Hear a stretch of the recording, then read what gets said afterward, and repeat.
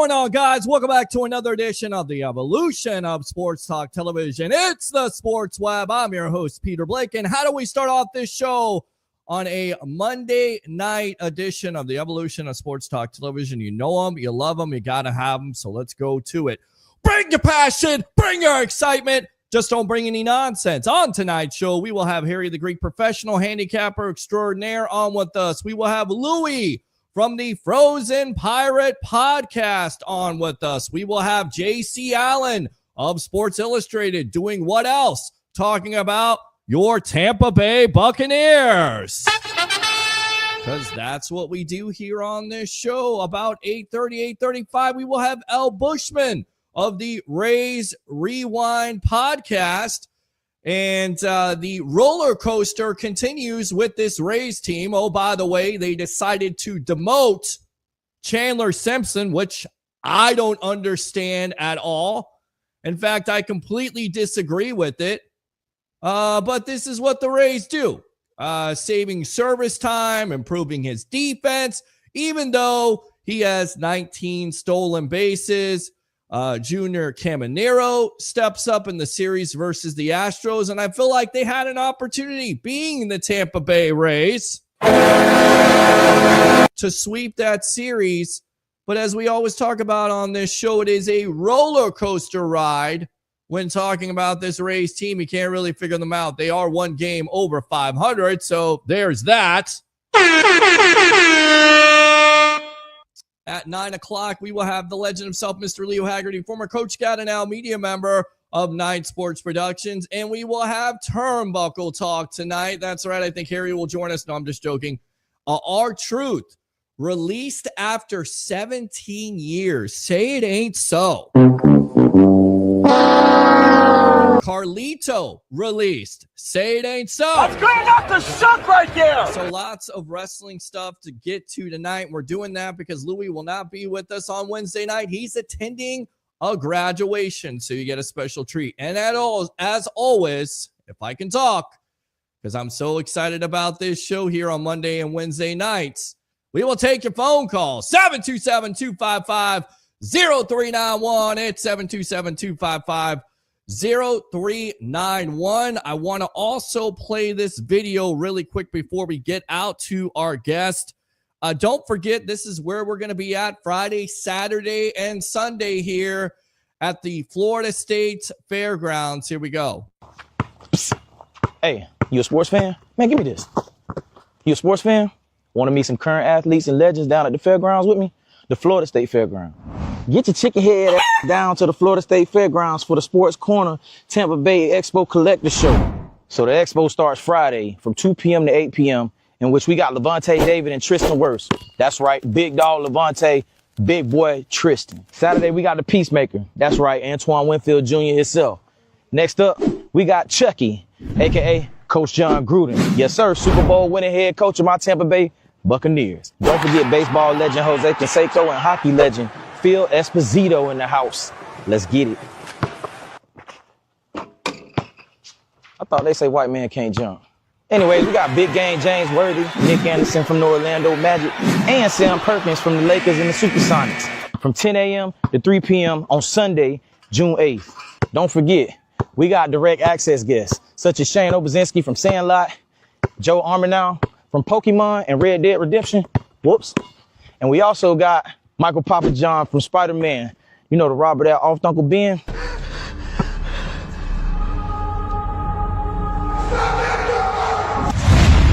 Tickets only $5. You can purchase tickets, photo ops, or autographs by clicking the link above on my Facebook account, or you can click the link in the bio on my Instagram account. Again, $5. $5 holla, $5. $5.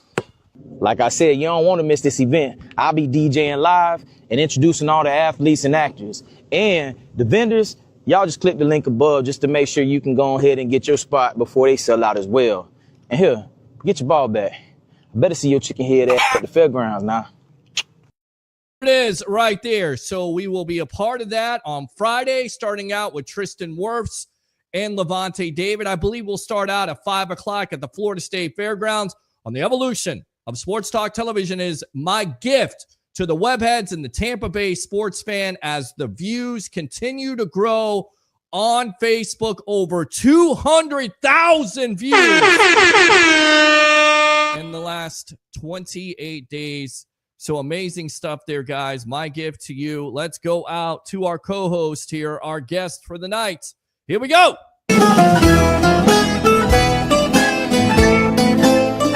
Handicapper extraordinaire of the evolution of Sports Talk Television, big time Chicago Bears fan. He told me off here, we're going to talk some Chicago Bears tonight. We are, because we got Chicago peeps out there. We're going to talk around the NFL because there is some breaking news here. The last hour, a trade happened between the Eagles and the 49ers. Somebody retired today that may affect the Tampa Bay Buccaneers and Detroit Lions. Let's go out to him, the Greek himself, Mr. Harry the Greek. Welcome to the evolution of Sports Talk Television on a Monday night, my friend. How you doing?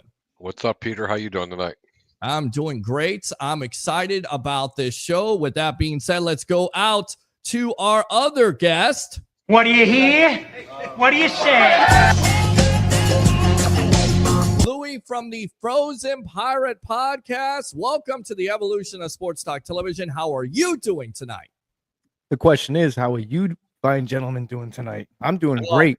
I'm doing absolutely fantastic here. I'm not going to ask anybody what they had for dinner.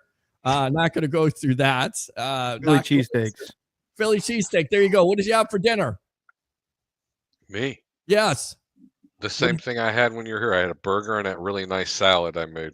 Oh, nice. Nice. So you do make some good cheeseburgers. Those are some good cheeseburgers. And then I know we've got comments out there. We'll read these really quick. Go Bucs all day long. Absolutely. Wait up. All right. Christopher Cole says, evening, Peter and everyone. Evening to you. Yeah. Let's go out to Timmy Haynes right there. Good evening, everyone. Good evening to you. Yes! Yes! I don't know what that is. Is that stars right there? That's my mother right there. Sandra Nagel, thanks a lot for tuning in. Oh, yeah! Raina Smart says, go Bucs, go Bucs. Wait up, no, boy! Stop! Wait up! Go Bucs, go Bucs. There you go, 50th season. By the way, I don't know if you guys caught this or not, but if you go to Buccaneers.com, they're recapping like 1983, 1980. I did see that. Bucs season. I think that is so cool. I'm going to definitely. James Wilder back then, if I'm not mistaken. Well, or Ricky Bell. Was it Wilder or Ricky Bell back then? 79 was Ricky Bell. Ricky Bell, sure then James Wilder. I know James Wilder. He's the lead in rusher for the Tampa Bay Buccaneers, I believe. Yes, he James is. Wilder, what a great player. Yes, still not in the Ring of Honor. We'll see what Be happens. in the Ring of Honor. You stole my thunder. Should be in the Ring of Honor before Brady. Just saying. Well, I'm going to try and get out of the preseason games this year. Abiba. What's up, Peter? Go Bucs for life. Absolutely. Oh, yeah! Tampa Bay Ray Kennedy, best of the Bay. Mr. Kennedy! I'm eating pork tenderloin and stuffing it in the stovetop. Jeff Outlaw, Peter H. Blake, what's up, brother? What's up with you? Oh, yeah! 50 years. Absolutely. It's amazing stuff there. And what's up, everyone? Let's get ready for the season. Yeah, let's get ready for the season. Without further ado, though, let's go ahead and go out to another guest here. Let's go out to the great J.C. Allen of Sports Illustrated. Welcome to the evolution of Sports Talk Television. And where do we start? I think we start with Ring of Honor. What were your thoughts on Simeon Rice being inducted? Did they get this right? Once again, welcome to the Sports Web. I mean, yeah, with an asterisk, I guess they got it right, but long overdue. Simeon Rice has always been one of my favorite players in football, especially when he was with the Bucs. He was just so dominant, and not only does he belong in the Ring of Honor, he belongs in the Hall of Fame, and hopefully just another thing to add to his credential, right? Maybe, he starts to get a more serious look. I don't know. It's up to Ira, so we'll see. Yeah, well, absolutely. See, and, Rice was very emotional about that. Let me go out to Miss Sabrina Beatty herself. What's up, Pete? What's going on with you? Thanks a lot for tuning in. Oh, yeah! Christopher Cole says, happy Lou Gehrig Day. So there you go right there, a little baseball talk. But let's get down to it, fellas. Chris Sims had some comments. Of course, a lot of Bucs fans where we're kind of miffed, if you will, about Hassan Reddick missing OTAs. He had this to say on Pro Football Talk. I don't get it. I don't think it's a very good strategy here by Hassan Reddick. I don't understand why Hassan Reddick wouldn't go. Hopefully he shows up. I know he's a veteran player, but when you come off a year when you didn't really play a whole lot, you held out for the Jets. I don't think you took the right approach there. Yeah, I was surprised he wasn't in Tampa. Of course, Todd Bowles has talked about this, saying in so many words, he'll show up one of these days. Harry, you made no bones about it. You don't like the move. You didn't like what he did last year. You have your doubts. You have your questions. I think there's a lot of fans out there, some fans in this fan base, the crew themselves, the web heads, if you will, the Tampa Bay sports fan, kind of, disappointed and, I guess rightfully so. Then again, he is a veteran, JC. He could show up when he wants to. It's not voluntary, but at the end of the day, it's just not a good optic, especially with what happened with the Jets last year, right? Yeah, if it's something that Hassan Reddick hasn't been doing for the last, X amount of years, I'd put more stock into it. I think what's really happening is Randy Gregory PTSD right now for a lot of people. Right. That's not going to be the case. Hassan is working his ass off right now to be ready. He's got a trainer that he likes to work with and get his body right before, training camp. And he'll definitely be there for mandatory mini camp. And who knows, he might pop in tomorrow, when media has their OTA days. I mean, Mike Evans wasn't there last Tuesday. He was there on Wednesday. So, these guys have certain things that they're doing, certain things that they have going on. Trainers that they like to work with. Levante wasn't at practice, and then we saw him on 4 different podcasts. So it's like they've got different things that they've got going on. As long as they're working and all of them are, it shouldn't be an issue. But I think it's more the whole Randy Gregory thing last year. The whole New York thing was bizarre, and I know both Hassan and certainly, the Bucs are looking forward to seeing him get back to what he's proven he can do, when given a full off-season training camp and season to work with. Hey, JCA, it's Harry here. How are you, bud? Good. I saw you, Mr. Famous Guy, on Fox, giving out your sports bets. I see you. Whoa. What's going on here? Where did you see? You see me all the time. He was at the horse races and getting interviewed by some. I go from FanDuel to Fox to ESPN to Fox Westwood FanDuel One. Sports Reporter.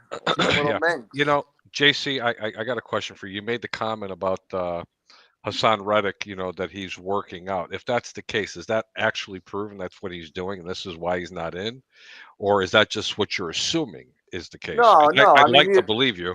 No, I mean, obviously I know that he's working out because from people I've spoke to that he is working out, doing his own thing was what I was told. No, he's doing his own thing. He'll be here. Pretty much what I said. But also because he posted a video of him working out yesterday. So, I don't think it's one of these things where he's not trying to get himself in the best shape. He's trying to win a ring and get back to getting paid. And in order to do that, he needs to have a successful season. So, yep. JC, here is Ray Kennedy.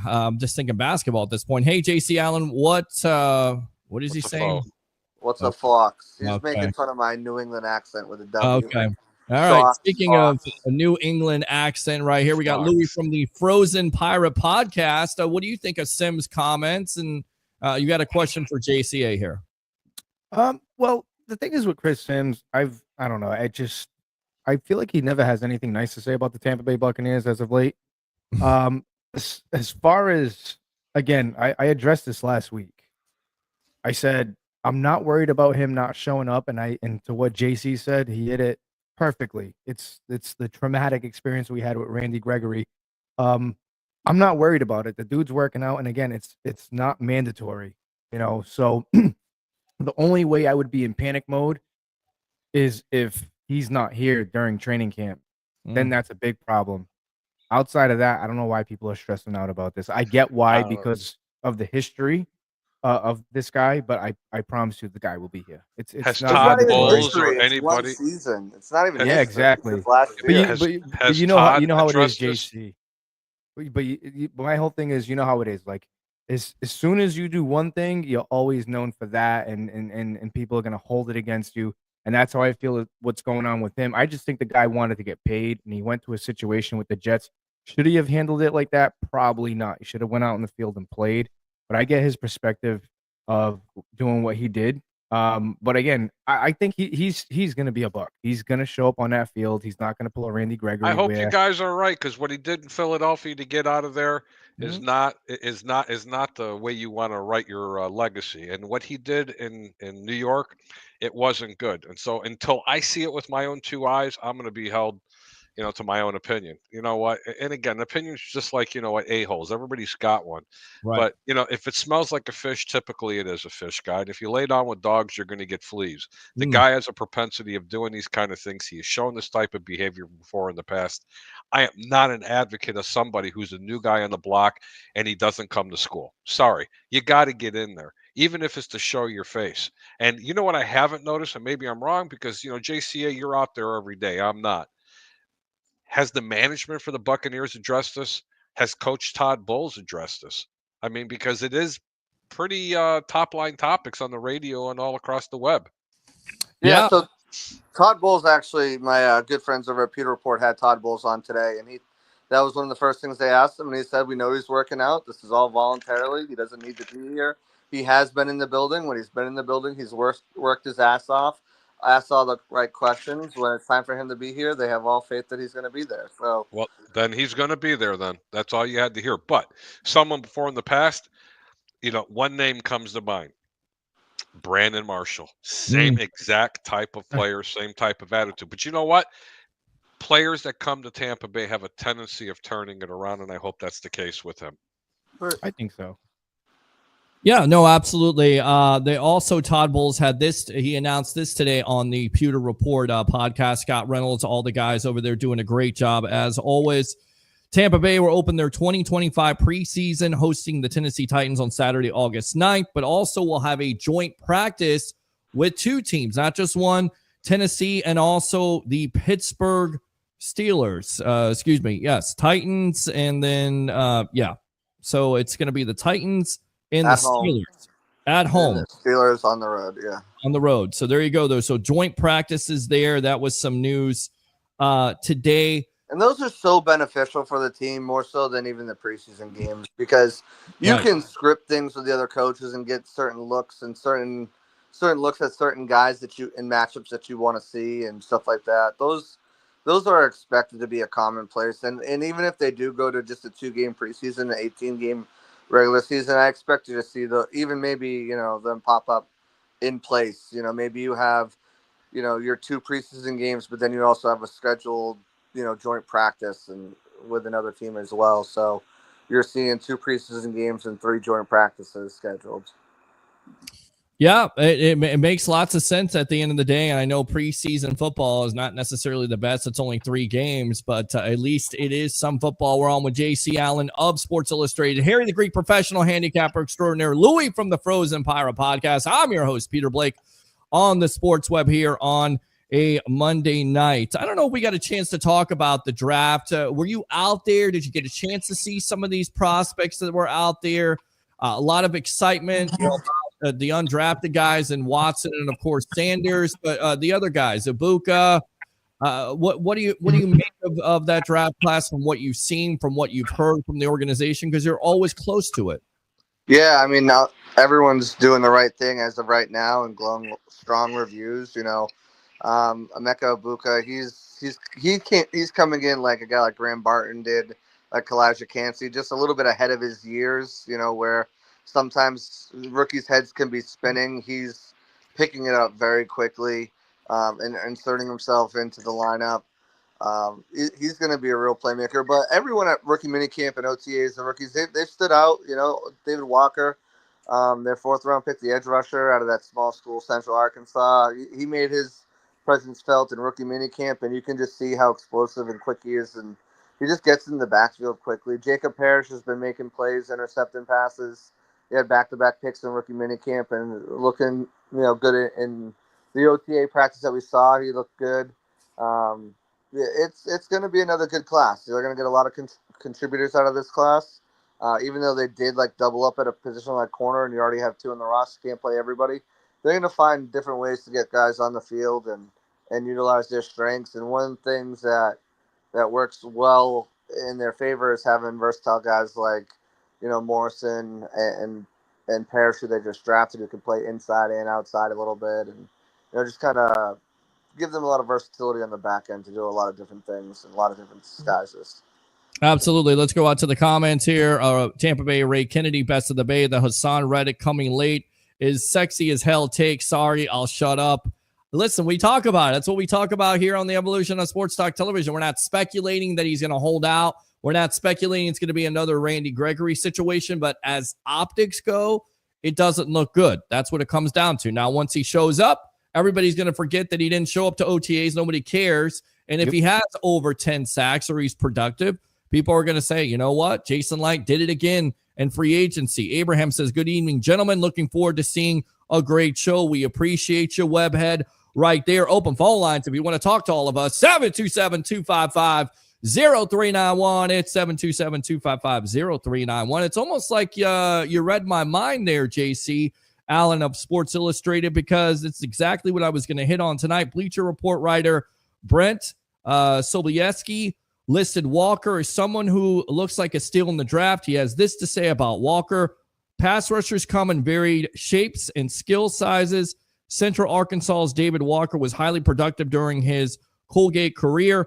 The 2025 Buck Buchanan Award winner at the FCS Best Defensive Player registered 63 tackles for loss, 31 sacks over the last 3 seasons. He understands how to get into the opposing backfield and make plays. He's also just under 6'1" with a sub 33-inch arms and solid, but not a stellar athletic profile. Ultimately, the Tampa Bay Buccaneers chose Walker in this year's 4th round.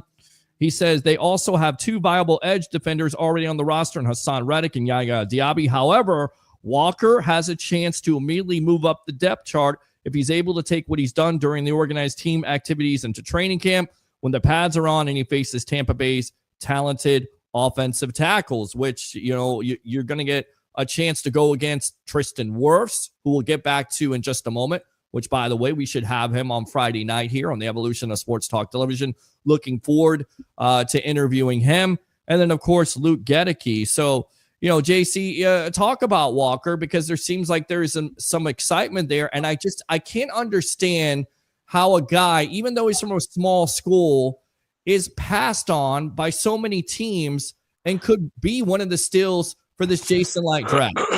Yeah, I mean, he was one of my favorite guys coming out. Someone I've identified immediately. I think I had him in my second mock draft. I had him in my, players to watch, pretty much my best fits for the Bucs in the 4th round. And, it's a small school. It's also the height. It's also the arm length. But you turn on the tape, and I'm sorry, am I boring you? Not at all. No. You turn on the tape and none of those things matter. He's the best player on the field. That was all the me time. yawning, man. He's got good bend to turn the corner, and he's just so compact and explosive. And what's so good with him and Elijah Rodgers too, the guy they drafted, they're just so what's the word I'm looking? They just use their technique so well. Like, they know their hand placement, they know their leverage, and that's what makes them so effective. Elijah Rodgers led all of FBS in pressures the last 2 seasons, and then you have a guy like David Walker. But even like rookie minicamp, like I said, he stood out and throughout the first OTAs, working with second team, he can get himself in the backfield. He can definitely get himself on the field this year. They really like Braswell. We can't really tell you anything until the second week of camp, when pads really come on, and maybe even the 3rd week is when you really kind of get an idea, because now everyone's in pads and, you're getting used to the heat a little bit. But I think there's a path for him to see the field as a rotational role as soon as, who knows, week 1. But they've got a deep room. If everyone can just step up, if, Hassan Reddick can deliver those 9 to 11 sacks, and because of the attention that he's got, Yaya can deliver those 9 or 11 sacks. Either way, you get 20 sacks out of those 2 guys, and sprinkle in some from Braswell, Walker, and Nelson, and maybe Jose Ramirez, and you're cooking.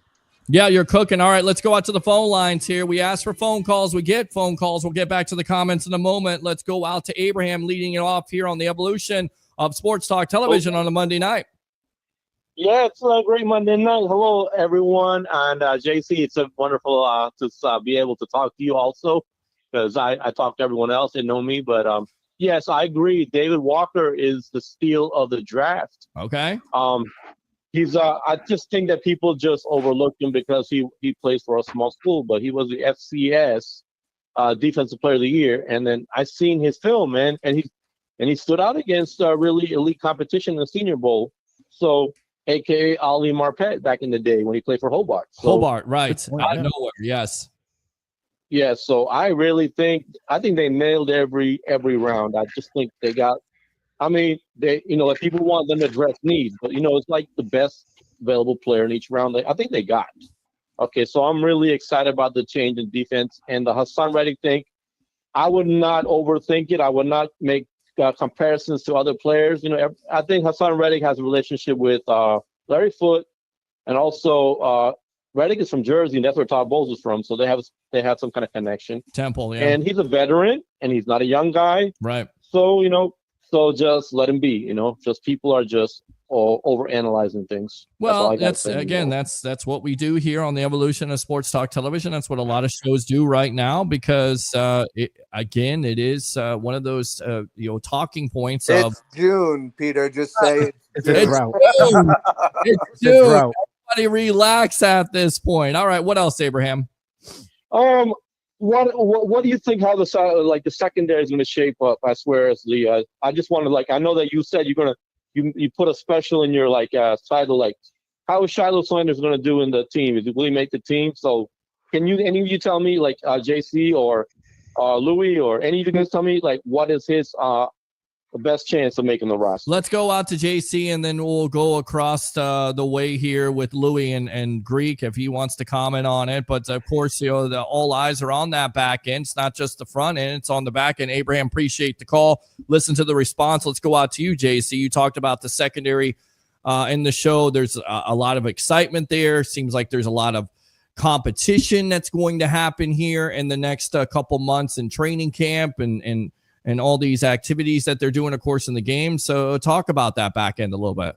Yeah, so there's a lot of versatility, and going into the season, typically the Bucs will carry 10 defensive backs. Normally that looks like 6 cornerbacks, 4 safeties.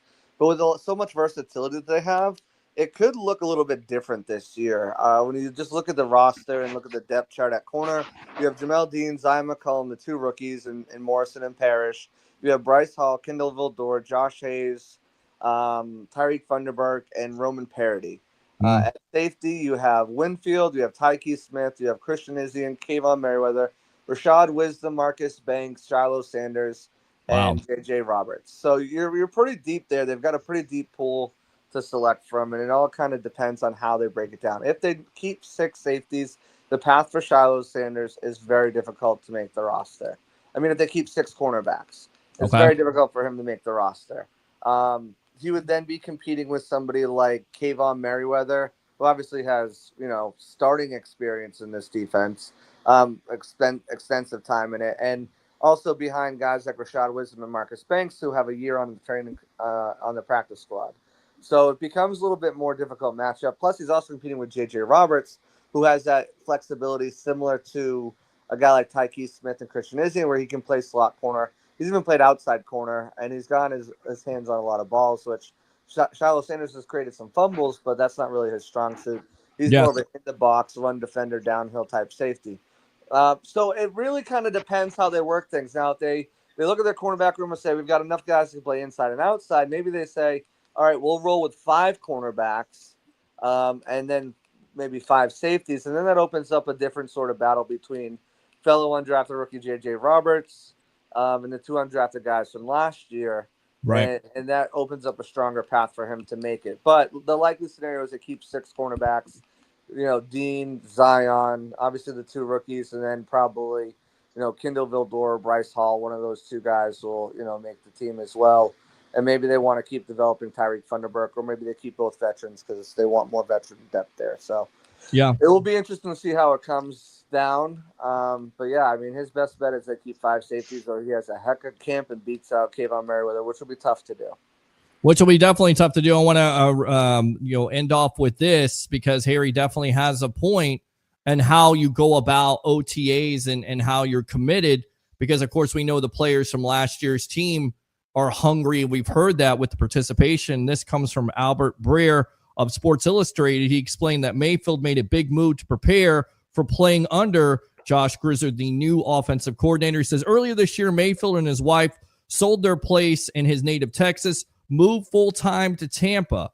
The upshot has been Tampa being able to hit the ground running in the spring, with Mayfield, Grizzard establishing early on their plans to tweak the offense Cohen brought in last year rather than overhaul anything. The quarterback had the chance to be the teacher for his young receivers before they were even got in front of the coaches. That happened during the dead period with Mayfield hosting workouts at Tampa area training facility where he does his off-season work. This is what Harry and a lot of fans want to see. And this is what Tom Brady did at the beginning of the 2020 season, whether there was a pandemic or not. You get ahead of schedule, you prepare. Yeah. Preparation leads to less perspiration. So Mayfield, once again, going about it in the right way. And this is a better optic than what Reddick has. And I know we're making a big deal about it, but it's the reason why, Baker Mayfield has matured. This is a maturing quarterback. This is Tom Brady type of stuff here, JC. It's so funny that you said that because I'm reading A Season in the Sun again. And I just literally read that today, the part about him holding those private workouts and just not even having guys run routes, just having guys stand at certain points where they're supposed to break on their route, just to have a feel for like, okay, where do you like the ball placement on this when you turn in here? And like just those little things to kind of get to know his receivers, his rookie guys, and just to strengthen that bond with the guys on the team and build with J-Mac and guys like that. Like, yeah, that shows the leadership. It shows that this Bucs team is all in. And it feels very reminiscent of 2020 when, they were everything but a quarterback away. And I don't want to say that, they are everything but a quarterback away, kind of the same way where they were with Tom Brady. But I think it's just that they're everything I feel like last year, but health and quality depth. Yes. And I think that they've addressed that depth pretty well in the offseason. Linebacker still really scares you, I think. I think interior offensive line makes you a little bit nervous, especially tackles as well. But, like, you feel good at wide receiver. You feel pretty good at tight end. You feel great at running back. You feel good at defensive line. You feel good at edge rush. You feel good at corner and safety. And you feel good at all these places. And you feel like you've got that depth now that if injuries do hit like they did last year, which I don't think they're going to. Right. You never get hit as hard twice usually in the same year. But, I think that's why some outlets, not many, because many are still overlooking them, especially the national ones, think that, hey, this Bucs team has a real shot at being a Super Bowl contender. They just feel like they have all the pieces of the puzzle put together. And it just kind of, if Josh Grizzard can just, even if the fall off is top 5 offense to top 8 offense, like that should be enough with a healthy defense and depth improved there. Good point. All right. I'll get back to you in a moment here because actually, Harry, your comments on this, because this is what you're talking about. This is about optics when it comes to Baker Mayfield, how you should do it because he wants to win. He's got a bad taste in his mouth. It's like unfinished business. What Tom Brady said the second year when they lost and he wanted to come back. I mean, this is Baker Mayfield. This is how you do it. You come back, you move here, you take it seriously, you develop that chemistry. You're doing off-season workouts without the coaches, right, Harry? Yes and no. I agree. Yeah, hit the record button. I agree with JCA regarding, Hassan Reddick, after listening and thinking about it. And again, he does have to gel with his defensive linemen, but it's different, man, on an offense, though. I mean, that requires a lot more precision and timing, and it's different with a quarterback, though. I don't think it's a real fair comparison. Well, but I think also Reddick's learning a new defense. So that's what and Baker. Yeah, but being a veteran. Yeah, but But being a veteran, it's going to be a lot easier, But I do want to circle back because JCA was talking about Shilo Sanders, and there's a possibility that he just might not make the team depending on how many safeties they're going to keep versus how many corners. Well, Tampa really doesn't lose anything because they don't really have that much invested in the young man because they never drafted him. Okay. But when you look at the young man, the way he plays, okay, there's one thing that certainly stands out. He is definitely a thumper. They are not, I mean, that is someone you can put down in an 8-man box and you're not going to run on him. He's okay. He's definitely okay against the pass. He's not going to cover anybody. He's not going to wow you with speed, but he's going to wow you with his heart. And he's definitely a special teams guy. And I heard you, JCA, mentioning Kendall Vildor. Okay. I mean, the guy couldn't cover you. Okay. And that's horrible. I mean, I hope we're not relegating the secondary. I think he's a good special teamer. And if you had to pick between him and Josh Hayes, I think you'd rather roll the dice with Kendall Vildor over Josh Hayes. But no, I mean, I don't disagree with your assessment of Shilo Sanders. The one thing I will add to that is, although he is a big thumper, sometimes he will do just that. And instead of going for the sure wrap-up tackle, he'll try to go for that big thumping hit. They can fix that, though, JC. Bounce off. Yeah. But Joshua, you know just as well as I do, if you're going to play in a Todd Bowles defense, they're going to teach you how to wrap the ball carrier up. He can still thump, but he can also still wrap his, it's just, I'm just telling you, I don't think he makes the ball club. Thing. He's got to do it himself. I mean, but if he does it, and he does make this ball club, he earned every bit of it because, like I said, they don't really have anything invested in this young man.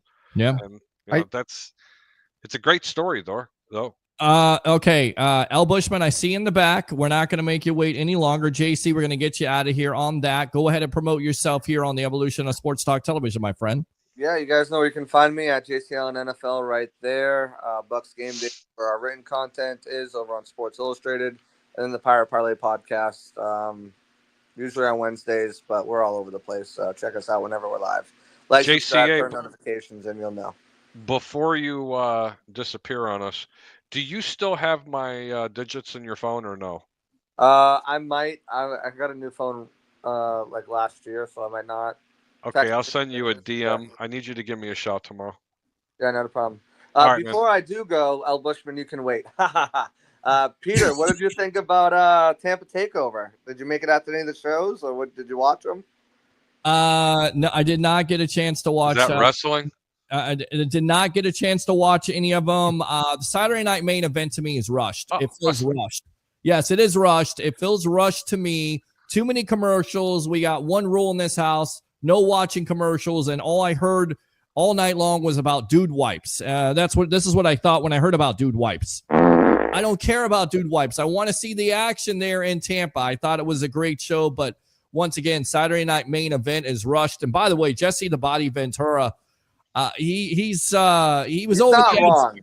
He's not wrong, but he's a little bit over the edge. But I think it was great. A great character. We're talking it was so funny right? trying to get Cole to get Cole to get it back or get him back on track. Yes. Like, why'd you just call your limo driver to open the door for you? Exactly. All right, JC. Now, me and Cannon got to go to all 3 nights. It was a blast. He got to we were just kind of randomly down in the lobby area, and he got to dap up R-Truth, which in hindsight is super cool. Zelina Vega and Jey Uso walked right by him before his entrance, so it was pretty cool. And he got a dual signed John Cena R-Truth poster, which just went up quite significantly in value, I'm sure. Absolutely. All right, JCA. Hey, listen, you can always come back and talk Turnbuckle Talk tonight. We'll be talking a little bit of wrestling, especially about R-Truth and Carlito. That's cool. Being released. Shoot me a text when you guys start. I'm going to switch back to Raw. I'll talk to you guys soon. All right. Sounds good. There you go. JCA of the Sick Podcast Network over there. Pirate Parlay, Sports Illustrated. Read the comments and get out to L. Bushman. Please get out to L. Bushman. I will. Good evening, boys. Wow, full house tonight. Hey, guys, love to see you all together. Absolutely.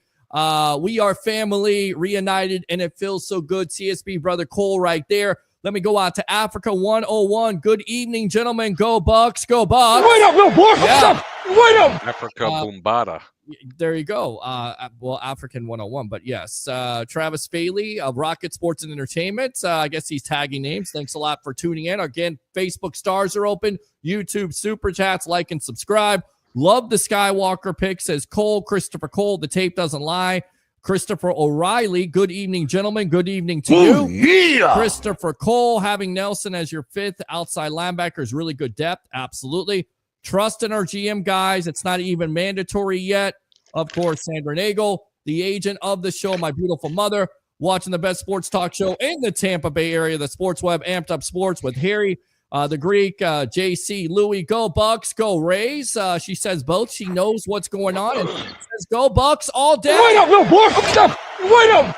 So let's switch gears. Let's go out to the Tampa Bay Rays with Mr. L. Bushman of the Rays Rewind podcast. I mean, Finally, someone I like. well, listen, we all like each other. Shut up and be quiet. Everybody likes everybody on this show. You better like everybody on the show here. But I don't have to like everybody. Well, you usually do, Harry. Right, but I don't have to. I love everybody, though. I don't have to like you, though. Okay, all right. Well, What's up, Bush? What's up, fellas? Chandler Simpson being demoted. How surprised were you by that?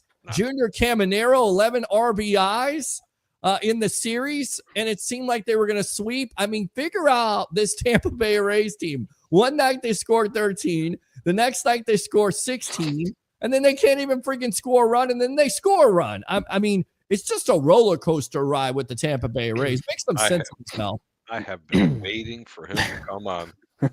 I would say it's another episode in the saga of the Rays this year, but it was encouraging to see a split against the Astros, which I said last week, I think on the Rays Rewind podcast, which we had a new episode drop today. So yeah, series split against the Astros. And then, the two games they lost, they went up against good pitching. I mean, yesterday's loss against Hunter Brown was, I expected that because he's a good young pitcher, and the Rays don't really tend to do well against good young pitching. But with the offense, the days when the offense was clicking on all cylinders and, many runs were put on board, it's a encouraging sign, to say the least, going forward. So, Junior Caminero, man, Drew and I talked about him today about, hey, he could possibly be the Rays representative at the All-Star game if he keeps rolling like this for the next few weeks or month or so. I mean, it's fun to watch him just crush the ball and be. I mean, he was named the AL Player of the Week, I think. Yes. Yeah. So I mean, congratulations to him. I mean, well deserved. I mean, he's just been locked in and just crushing the ball. And going to the question about Chandler Simpson being demoted. I wasn't as inflamed as the Rays GMs on X and Facebook, as many of them were, and it was almost comical to see all their comments about how this organization isn't doing anything correctly and they should all be fired. And I'm not watching this team anymore. I'm not going to be a Rays fan. Fine, go away. We don't need you. Was I shocked? I was surprised.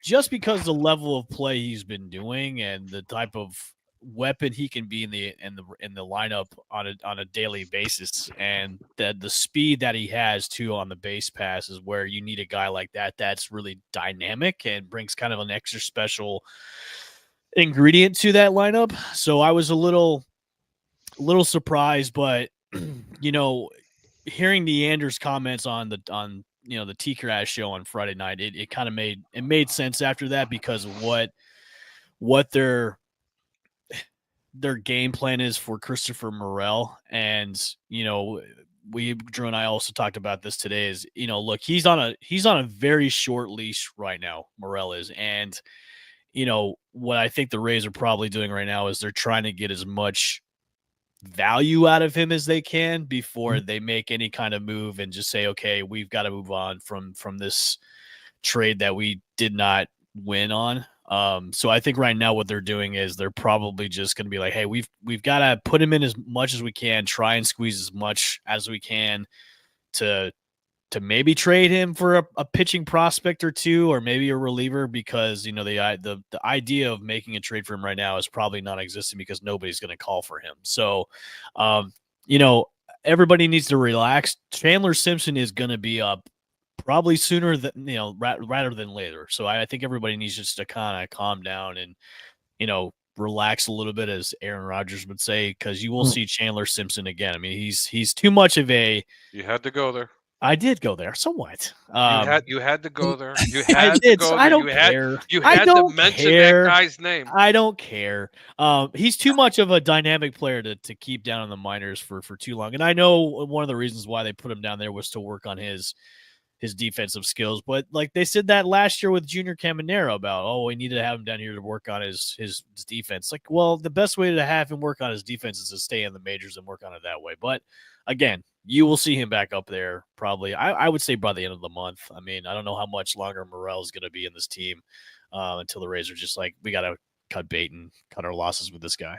So Man, Yeah, I mean that's my problem with it. But Morel, he's been disappointing. He strikes out way too much. With Simpson, if you have problems scoring runs, you manufacture runs by. Yeah. He did it the other night. He walked. He's still second. He's still third. Ill-advised throw or throw to get him. It goes to left field and he scores a run. I mean, that's the kind of dynamic. 19 stolen bases. Yeah. He's good. I get it. Defensively, he's not as good as Meisner, but Meisner can't hit a lick. Well, Peter, I would say looking at Meisner and Mangum, look, the Rays have a good problem. The good problem is they're loaded They're loaded in the outfield, which is a good problem to have, especially the majors nowadays. I mean, with Josh Lowe coming back, you have Mangum back up. Meisner's playing is the Rays value defense, and Meisner out in the outfield they value that.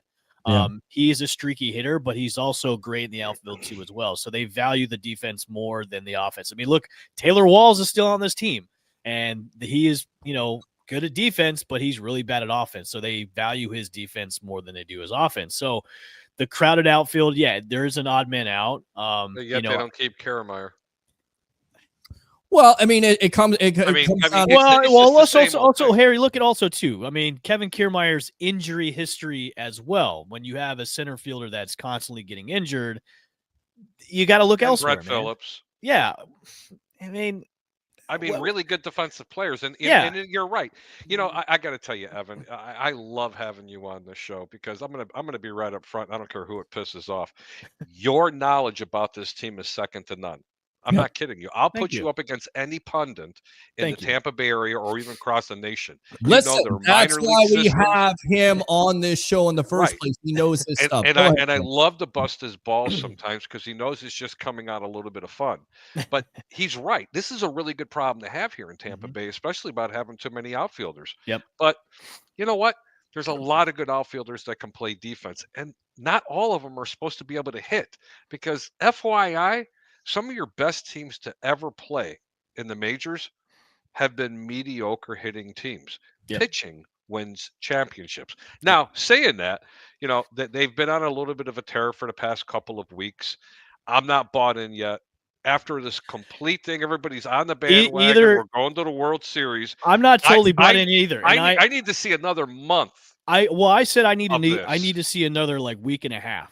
And I need the rest of this. You need month. the rest of June. I need the rest of June because you know what? If you can get within striking distance, and 6 games is not striking distance, that are teams that are ahead of you that don't have pitching and they're still winning. Okay, Right. because and let's not forget their pockets are a lot deeper than every single team in the East. Okay, yep. I can go along with that too. I need to see more. I don't even see them as a wild card. But if I'll tell you what, man, I've seen a lot of shit happen from before, and I would nothing be happier to see this team 10 games, 15 games over 500, making a push where it forces this cheap ass who owns this team to go out there and buy a couple of players. That's the only way it's going to splash to get them. I can go along with that. I said this on the show today too. You got to at the Sick Podcast Raise Rewind on YouTube. Hit the subscribe notification bell, by the way. I said I need. At the Sig Podcast, Raise Rewind, hit the subscribe and notification bell. I said this on the show today. I was like, I'm not totally like it's good to see this, but we've kind of seen this before where they're streaky, they've been playing well, and then they kind of hit a wall and they kind of they play like shit for a few games or a few And series. Evan, that's okay, man. If Yeah, you're and not I know playing that's well. okay.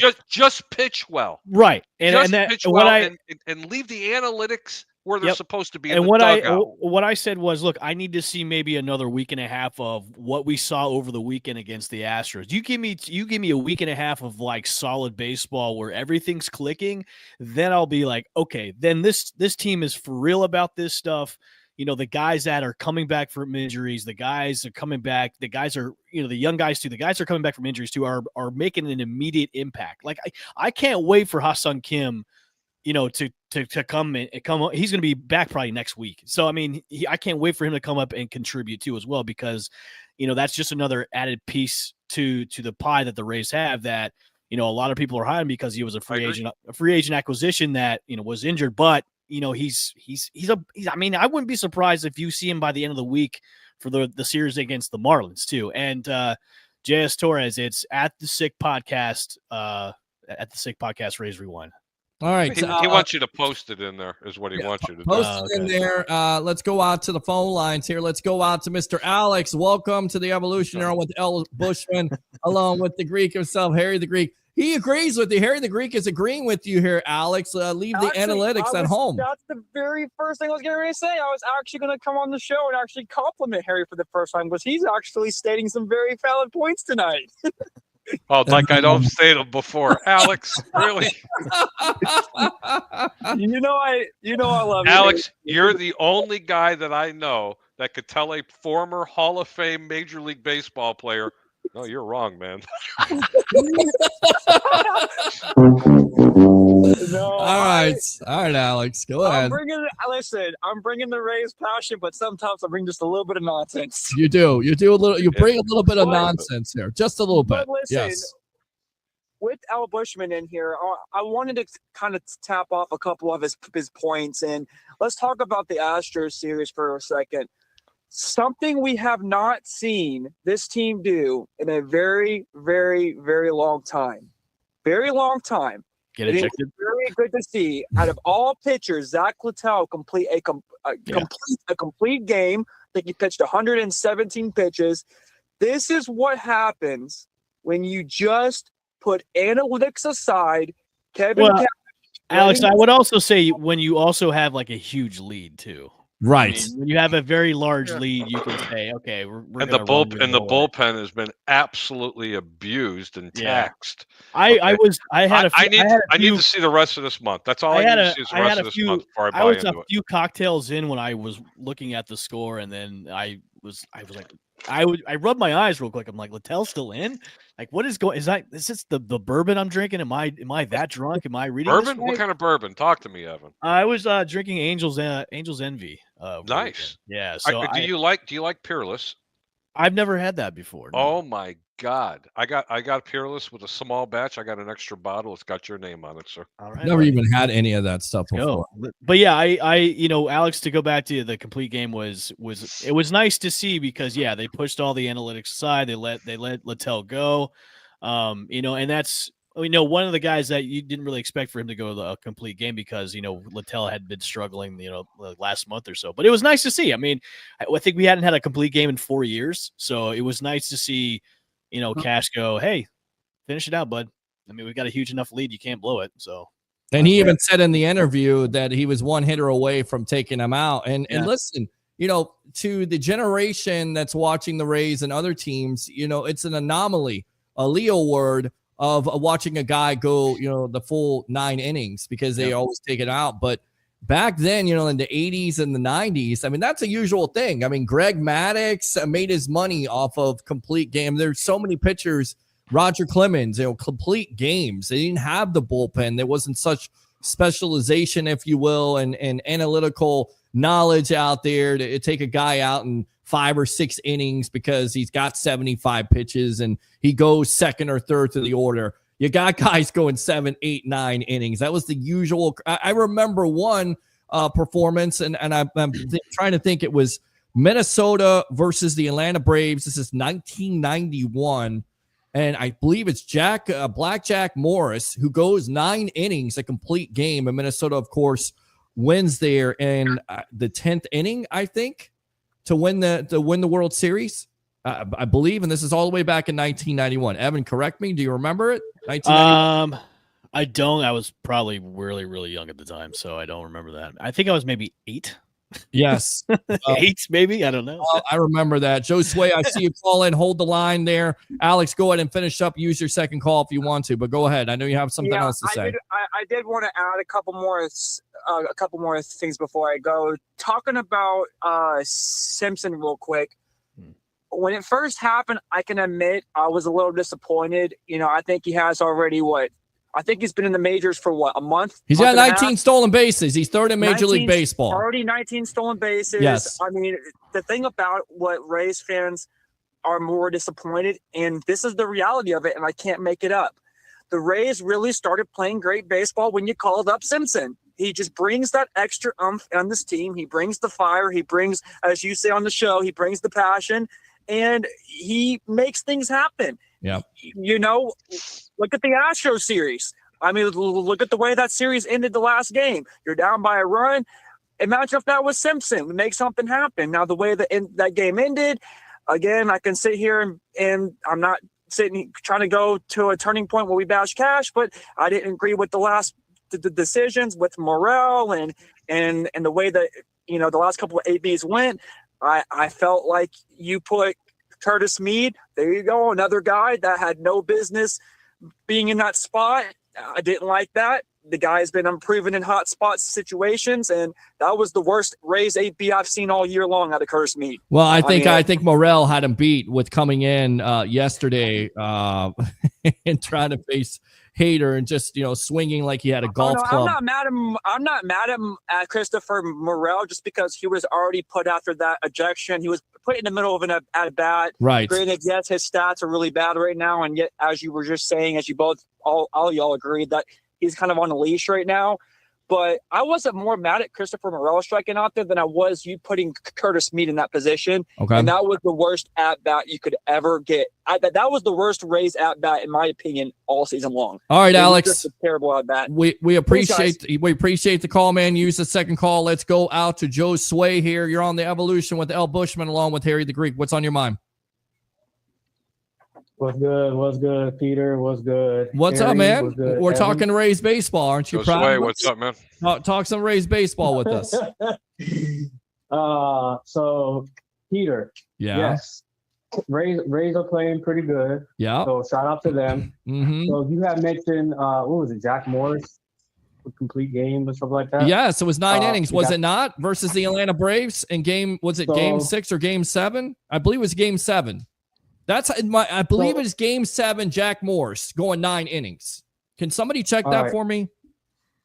So here's why I mentioned that, right? And it kind of goes along with this point I was gonna make because there was a pitcher from Wright State. He was playing Vanderbilt, right? And over the weekend in the regionals, and he had, I believe he was at 70 pitches through 6 innings, didn't give up a hit, throwing a no-hitter, right? Guess what happens? Coach takes him out. All right, I gotta read this. In Game 7 of the 1991 World Series, Jack Morris pitched a 10-inning shutout against the Braves, earning him the World Series MVP award. The game played on October 27th, 1991. It was Morris versus the great John Smoltz. 91. I remember that. All right, go ahead. 91. I was, I believe, 3 years old at the time. So very good. Damn. So, Making me feel old, guys. So I think I feel. versus Vanderbilt, the number 1 team in the nation, which by the way they got knocked out. Yes. So I didn't predict that the other day when I called in about the regionals, but I kind of figured that one of the top teams was getting knocked out. But this particular game, right? The reason why I bring it up is because this pitcher from Wright State throws 70 pitches through 6 innings, and the coach takes him out, and guess what happens? Loses the game. Right. So, and it was one of the most boneheaded moves in college baseball history. It's about analytics through all out baseball here, and you've kind of talked about this, L. And let me go out to you really quick here about, he's talking about it not just in, pro baseball, Major League Baseball, but in college baseball.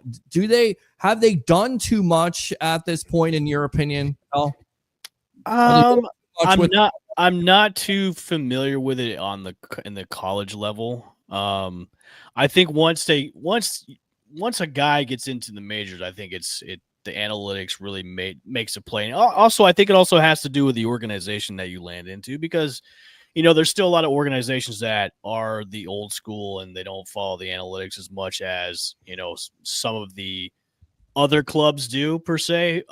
In college, I'm not really sure, because a lot of these guys, look, you're in college, you're either pitching for landing in the bigs, landing in a minor league team in the draft, or you're just pitching to get your way through college on a scholarship. So when it comes to making it to the show and making it to the bigs, it definitely has there's a lot of different sides to it. So, I think it goes with organization that you land with, and then the type of coaching that you go into as well. I mean, speaking with the Rays, the Rays are definitely, I think, on the top of the list when it comes to the analytics side of, the pitching okay, we're going to put you on a pitch count. This is how many innings you're going to go. This is what you're going to throw. And then it goes from there. So, the anomalies like Zach Littell, going a complete game, something we haven't seen in 4 years. But, as I was listening to the, pitchers going longer and the analytics of that, everything, I remember then when Joe Madden was the manager of the team, and you had guys like James Shields and David Price and Scott Kazmir. Those guys pitched well into the 8th and the 9th innings, and then there was a shift when I think Madden was on his way out and Kevin Cash took over the team. And it looks like I'm disappearing in my own background, where they had the opener created, and then you had guys that would, hey, we're going to limit you to the 6th or the 7th inning, depending on how many pitches you're going to throw, and then we're going to save your arm to be useful down the road, if it may be a deep, playoff run or so. I personally love the old school mentality of baseball where, hey, we're going to use our starter, our ace, our workhorses that are going to be going into the 7th, 8th, 9th innings, if they can still do it. Now, when you bring your bullpen in, that's when you have your strong setup guys and then your closers. I'm from the old school way of baseball. That's why when, Cash comes out and makes these moves based on analytics, it frustrates me, but it is a part of the game now, which, it is what it is. And if going to the college side of things, I definitely think case in point, Paul Skeens is the next generation pitcher when it comes to a workhorse of an ace.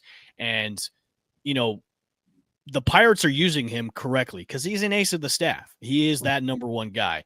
Now, if he somehow lands on another team, which he's probably going to do, because there's no way the Pirates are going to pay him, X amount of dollars when he becomes free agent. He's, depending on what organization he lands, he may be on a pitch count or he may not. I mean, if he goes into a big market team like the Dodgers or the Yankees or even the Red Sox, those teams will probably use him longer than they would, say if he somehow magically lands on the Rays, which, he might not be used for longer periods of time. So it just I think there's a lot of factors that factor into what type of pitchers are used for the organization. So. Yeah, it makes lots of sense. It really does. Good stuff there, Al. Appreciate the response. Joe Sway, appreciate the call, man. As always, anything else? Yeah. I was just gonna say, well, these pitchers in college, like a lot of the great ones, they're fast track and quick. The Royals just called up Jack Caglione, former Florida Gator, and a Tampa Plant High School kid, called him up today to the big league. So. They're fast tracking these guys quicker, especially guys that played multiple years of college baseball, is great on their teams and all that. So we're kind of seeing that trend where like the great college players, they don't stay in the minor leagues that long anymore. They don't. He was drafted last year, actually. Yeah. Drafted first round last year, and now he's got called up almost a year later. But I want to quickly talk about Taylor Walls, right? All right, because talk about it, and then this is something that I didn't hear. I don't know if y'all talked about it already, but so I see it from both sides, right? I see it from the player side, and me being a NCAA umpire, I see it from the umpiring side too. Now, did he miss the call? So according to what y'all see on TV, because we don't have that luxury when we're back there seeing 2, 3, 4, maybe 500 pitches a night. Okay. If you're expecting 100% perfection, then I got a bridgefront property out in the middle of Gainesville to sell you. Okay. Because, obviously now there have been times where guys have caught perfect games and all that on the umpiring side, and great for them. But yes, the pitch was down. Okay. Even without it, I could see from the eye test that it was down. And given the situation, 1-0 game, what was it, in the 9th inning? Was he the go-ahead run or was he the tie run at the plate? I can't remember.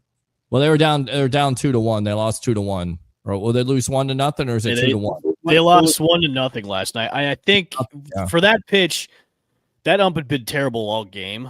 And then I think the pitch was actually up and away. It wasn't down and low. It wasn't low. So let me ask you a question. What is define terrible?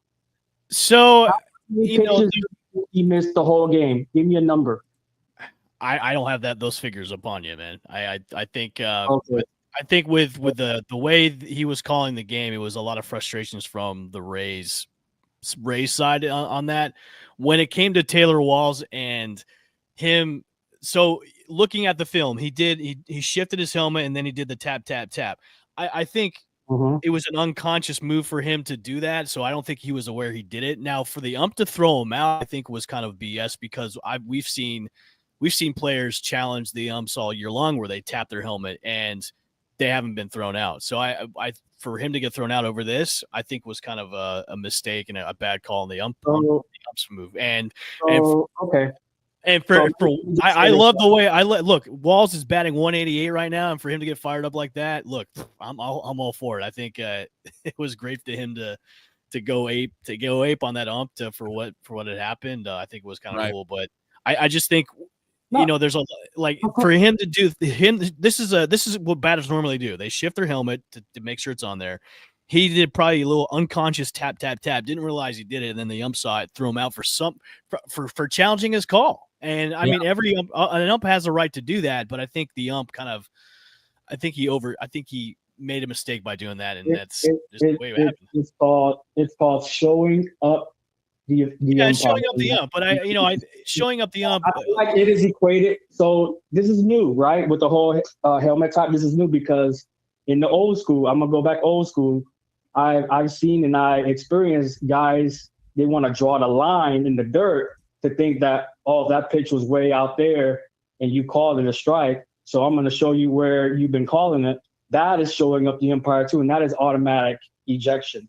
So I equate tapping on the helmet to challenge a pitch as drawing a line in the dirt. Well, listen, I'll say this. I get it. You're an umpire, but it's about getting the call right.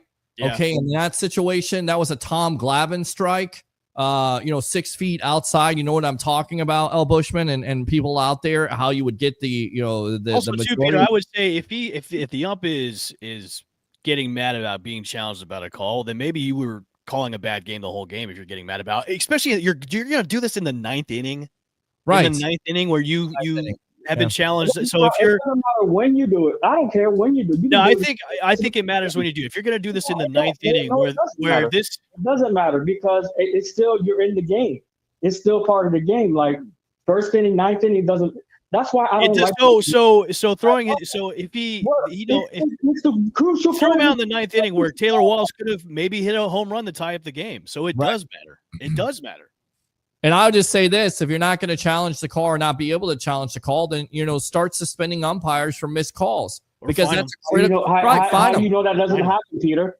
It hasn't happened, but I need more. I need more resources. It actually does. For me being in the inside, it does happen, Peter. Oh, you think it happens in Major League Baseball? I've never heard of it. I've never heard of it. Listen, Joe Sway. If it hold on. If it happened, Joe Sway, if it happened more, then you wouldn't have an umpire. If you wouldn't have an umpire making these type of bad calls. It's the same thing with the NFL referees in the NFL, right? They should have full-time referees. And if you want to get the call right, And the NFL has done that with instant The NFL replay. plays one game a week. It doesn't matter. It doesn't. You pay one game. Get the call right. What is the strike zone at the end of the day? I asked you coming in. I didn't ask you for a diplomatic response. It's about getting. You're in the wrong universe. Then what do we have them then for? Why do you have them then for? I mean, if you got AI now, I mean, there's a reason why Major League Baseball is looking at. There's a reason why Major League Baseball is doing the. There's a reason, Joe Sway. But is there a reason? Is there a reason? Is there a reason? Is there a reason why you have replay being brought up? Because they're missing calls. There's also a reason why the Major League Baseball they're doing like the robotic umps in the lower divisions too, because the inconsistency with balls and strikes. It doesn't matter, but an umpire wants to make his own strike zone and decide a game, and that's horse shit. Excuse my language. Sorry. It is. It's absolutely horse whatever. It is. It's BS. You don't do I asked you at the beginning of this call, Joe Sway, did he miss the call? And you gave me some diplomatic answer. So that tells me everything I need to know about getting it wrong. I told you he did. Did he get it wrong? Okay.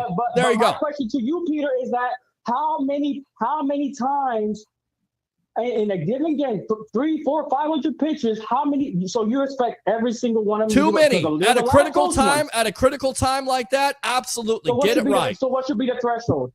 Suspend them. I say suspend them or fine them. No. What should be in the game? You can't suspend them in the middle of the game. What I'm saying, what's the threshold in game? Oh, he misses this many. Okay, he's got to go. Then who's going to replace him? That's why they have crews of umpires to replace each other, especially if one gets hurt by getting beamed by a ball, they replace the Figure it out. Get the call right. What do you suggest? I would say call the strike zone like it is. Don't call your own strike zone. If it's 3 feet outside or it's a Tom Glavine pitch outside, I don't care. And that's the reason why. And that is the reason why.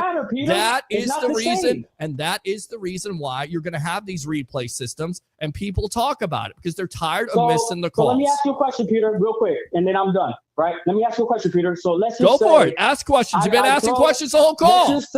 Let's just say a pitch comes in, right? And it's bad. It's awkward. It looks like a ball coming all the way. And then it just nicks the little bitty corner of the strike zone. You challenge it, you call it a strike, and everybody's like, "Oh my God, we can already see that was a ball." You can spin this all you want to, but if you're saying pitch, I'm answering your question. If it's egregious, if it's egregious call like it was yesterday, as egregious? That is egregious when it is 3 feet outside and everybody and their mama knows that is not a strike. The guy's basically trying to go out and get lunch. But it nicked the box, Peter. Bull spit.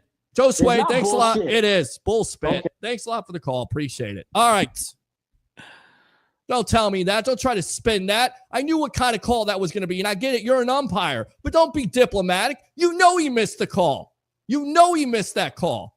Al Bushman, go ahead. Promote yourself here on the Evolution. I'm going to let you calm down for a second. You know what? I want to hear about missed calls. Today is the anniversary of Armando Galarraga's missed perfect game by Jim Another one right there. Yeah, just like DJ Khalid there. Another missed call by the umpires. Go ahead. Yes. Yeah, you can go to the Sick Podcast, Raised Rewind on YouTube. Hit the subscribe and notification bell. New episode dropped today. So we went over a lot of stuff that we covered here on the Sports Web too. So yeah.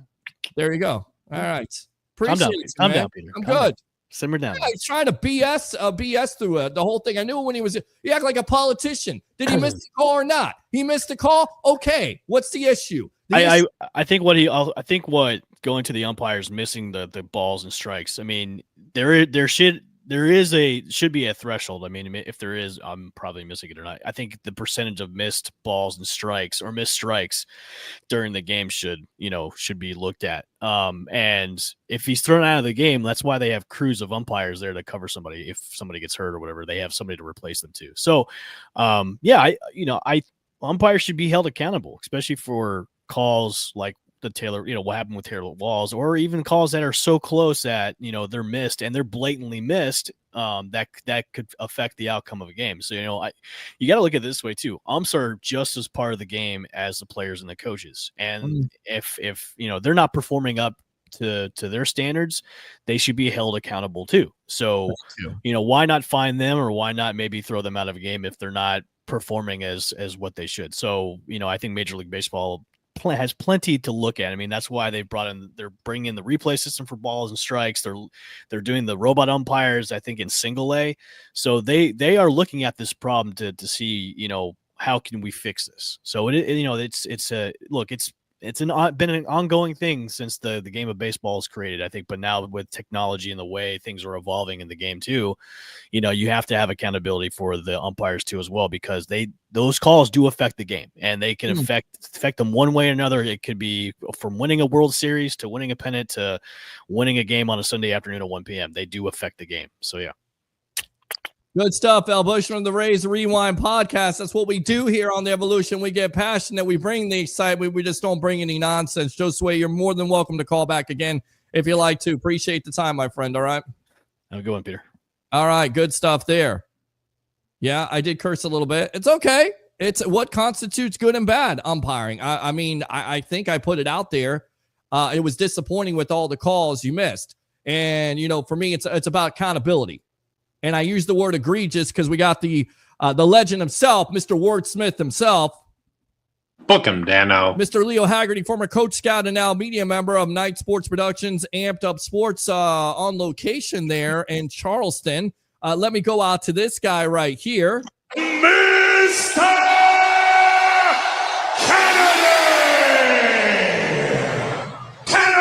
All right, best of the Bay, Tampa Bay, Ray Kennedy right there. And let's go back out to this guy. What do you hear? What do you say? Louie from the Frozen Pirate podcast. Gentlemen, welcome to the Evolution of Sports Talk Television. Sorry I got a little bit upset, but to me, and Leo, you can comment on this because you do have a friend that is an umpire, but I just kind of wonder what he would think of that strike and some of the umpires and how they called their own strike zone. Welcome to the Evolution of Sports Talk Television, my friend.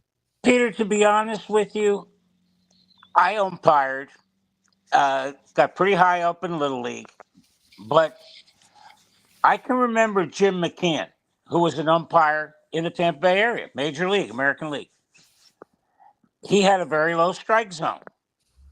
And I asked him one time, I said, Jim, why do you call that? Because I'm not rewarding a pitcher for pitching high because he's been told to pitch low his entire life. My strike zone, honest, and everybody knew it from day one. When they came to the plate for the pregame, I said, guys, it's belly button to ankles. Come up swinging. And, no one ever complained because they knew what the strike zone was. Now, Peter, I'm going to ask you a question. Sure, go for it. If an umpire has 100 pitches, balls, and strikes, how many can he miss and still be effective? I mean, if you say 100%, Peter, now you can't even go down that road. I mean, you can't. You 5%. can't. But at critical times, Peter, no, I didn't ask you that, Peter. I asked you 100 pitches. How many can they miss and still be considered a major league umpire? 5, maybe. Ray, I agree with you. I think 5%. Yeah, I think that's a good number. Tampa Bay, Ray Kennedy chiming in. I mean, listen, you're an umpire. Do your job. You got one job to do. It's called being an umpire. It's called calling the strike zone. Enough with, I'm going to determine the strike zone because I feel this certain way. Or I want to go out and get Subway, a $5 footlong, which I don't have anymore because I want to rush the game along because the game is boring. Call it like it is. That's all I've said. Be consistent. Same thing with, referees in NFL. If you're going to call interference this way, you're going to call, 15 yards, a personal foul, call it the same damn way across the board. And Peter, I agree with that. And if he was calling that pitch a strike all night long, the batters knew it. Right. And again, we can't go back and look, what was going on in the first, second inning? Was that pitch 4 inches off the plate a strike? If he's calling that, you better come up swinging. But again, I think Major League Baseball needs to get away from this robot umpire because just let's keep the human element in. I mean, dear God, you're looking for perfection in a game where somebody can go to the Hall of Fame making out 7 out of 10 times. Think about that now. It makes sense there, Tampa Bay Ray Kennedy. I know you're chopping at the bit. Thanks a lot, gentlemen, for your patience there as I had to go on my little rant. But sometimes that's what happens on a Monday night here. Welcome, Best of the Bay, Tampa Bay Ray Kennedy. I just want to, Leo, I'll ask you this because you were an umpire and you said you went up high in a Little League. I only umpired one game, but here's one was enough, right, Ray? Well, here's the thing. It was my own team, my own traveling girls softball team. The umpire, the crew didn't have a chance to get there that night. So we wanted to still play the team. So we still play the game. And I said, I'll umpire, let the other coach work the bases. And I'm telling you what, I don't know about for every umpire, but literally before every pitch, you either have two thoughts. One is don't miss this pitch, or the other is just get this pitch right. Because it's so bang, bang. And that's why I think the Walls thing escalated so fast, because the umpire did miss a egregious Leo word ball. And then Taylor, I didn't know this was a thing until Ray, I didn't either. I mean, this is new to me. Tap yourself in the helmet. I mean, what is this? Is it an Enigma machine from World War II? Louie, what the heck's going on here? You know, don't ask me. I have no idea. Come on, help me out, Louie. Well, this is what they did to do a review in spring training. I guess that's what a lot of hitters did when they were testing it out. It was the exact motion, so that's why they threw him out, because of course there is no review, and the umpire because he went like this, right? So was he basically just because I seen the video? I mean, like I said, as everybody knows here, I don't watch every Rays game and all that stuff. And by the way, a disclaimer: we will get him to watch some damn Rays games, even though he's up there in Red Sox country. Go ahead, Louie. Yeah. But when I seen the video, he was going like this. I just figured he was trying to like indicate like, hey, throw like you know how when somebody catches the football in football, like their 2 feet are in bounds and like, hey, throw the flag to challenge it. I didn't know you couldn't do that in baseball. Like, hey, make a review. I didn't know you couldn't do that. I'll back you up on this. Think about this. So this is how it's supposed to go. We've seen all the players now. Almost every play at first now, bang bang. You know, there's the immediate same with the NFL. You look to the player and he goes, oh, you know. So in spring league, it was like, oh, he's batting his head, looking up at the guy keeping score, looking up at Harry Carey, who's getting ready to sing the "Take Me Out to the Ball Game." And that's why you're right though, because he did adjust the helmet. The tap didn't seem egregious. But because the umpire missed a call, I think he was uber inflated on that. And if Taylor did mean to do that, it was a solid mic drop, because he was going to get away with it, but yet he didn't do the turning to the thing. So, I mean, it's right on the fence there, but he went ballistic. So something tells me that he feels exactly as he felt, that he did not mean to do that. Well, he did it, and it's over, gentlemen, at this point. Let's move on to football. Chris Sims had some comments today about Hassan Reddick. I didn't get a chance to give you my Shilo Sanders take if he's going to make the team or not. You skipped me. Well, did I skip you? All right. Well, Louie, you skipped me. Well, Louie skipped from me the 2 times. All right, skip that. I'm trying not to suck right there. All right, give me the Shilo Sanders stuff, and then we'll get out to Sims' comments here. I want to get what Leo has to say, and we'll give you the comparison between what Reddick is doing and what Baker Mayfield is doing. Go ahead, Louie, about Shilo Sanders. So with Shilo Sanders, I know a lot of people are really starting to gravitate to this kid, including myself. Again, we're missing the point here. Todd Bowles said before the draft, what do we need? We need turnovers. We need ball hawks. This kid can create turnovers. He's a thumper. I think he makes special teams, and I think he makes some noise on special teams, and I think he earns his way up into a starting role. And I like him better over Mayweather, and I know he hasn't played it down for the Tampa Bay Buccaneers, but I wouldn't be surprised if this kid makes special teams, in my opinion, because I'm rooting for him. I like his attitude. I like his style. He's completely different from his father. He's completely different from his brother. He brings a nice little swag to the team, a little bit of an attitude, kind of like Savassier Dennis. Savassier Dennis is a bruiser, man. So I think he brings a nice little swagger to the team. I think he brings that physicality, because in all reality, and this may not sound popular, but the Bucs on defense haven't brought that physicality. They don't really have anybody from back in the day like John Lynch or Warren Sapp. Those guys would scare you. You didn't want to get hit by Brooks. You didn't want to get hit by Lynch. You didn't want to get hit by Sapp. And I think this kid can, as long as he plays discipline, I think I'm very curious to see what he can do for the Tampa Bay Buccaneers defense, because at the end of the day, we need turnovers on defense to help our offense. So, and that's what it I'm comes rooting down for him. That's what it comes down to. Louie and Leo here, the two L's, are, along with Tampa Bay, Ray Kennedy, Best of the Bay. I'm your host, Peter Blake, giving you something to think about here on the Evolution. It talks about big time hitting, those cause turnovers. He is a heady kid because his father did play. He has played at programs in Colorado. He's played at the SEC. You know, the big knock on him, not as athletically gifted as his father, but he can hit. Maybe not Who great. is? Right. Who is? course. Like, He won he's 10 Dion's physical. Yeah, Right. man, who But is? going back to it, Leo, I mean, he can definitely thump. And you know, that's what Todd Bowles likes. And on top of it, if he can play special teams, because you know this all too well. Maybe a guy doesn't make that safety position, but the reason why he makes that team is because he can play special teams. Well, what's going to happen is he's in the right spot because you're going to carry 10 defensive backs, maybe 11, just because they get hurt so often. But, guys, let's be honest. He's a long shot to make this team, a very long shot, because there's probably right now 44 to 46 spots that are already gifted, that they're in.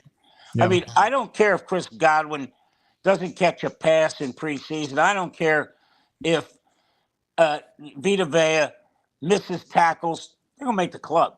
I mean, it's just, they're in. We know that's going to happen. There's only probably about anywhere, I'd say no more than 9 spots open of the 53-man roster.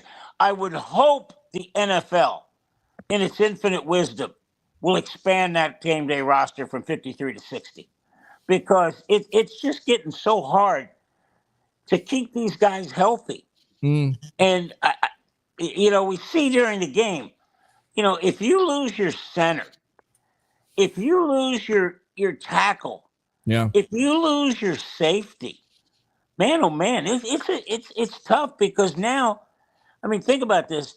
You got to bring a guy who's special teams. Now he's got to start. Now you got to get a spot for him.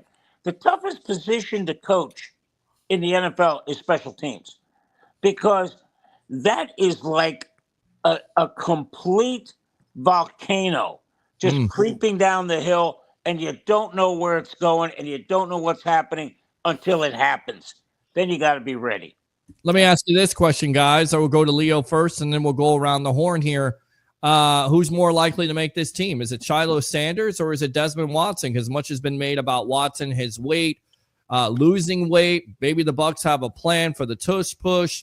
He's a defensive tackle, defensive lineman. Who do you think more makes it? Is it Sanders or is it Watson, in your opinion, Leo? Again, Peter, I got to go back to what Carmen Perone taught me when I first started scouting. You move from the ball out. You put Desmond Watson in a zero technique on a center, and he looks up and he sees this man mountain of 440 pounds. I'll tell you what, he may have to change pants at halftime, if you know what I mean. Because this is, how do you move? Think about this now. You put Watson in the A gap, you put Vita Vea in the other A gap, how you going to block that? You're not. You are just not. And I like what the Bucs did by signing the kid. If they are planning on him being a 30, 40 down guy, no, he doesn't make the club.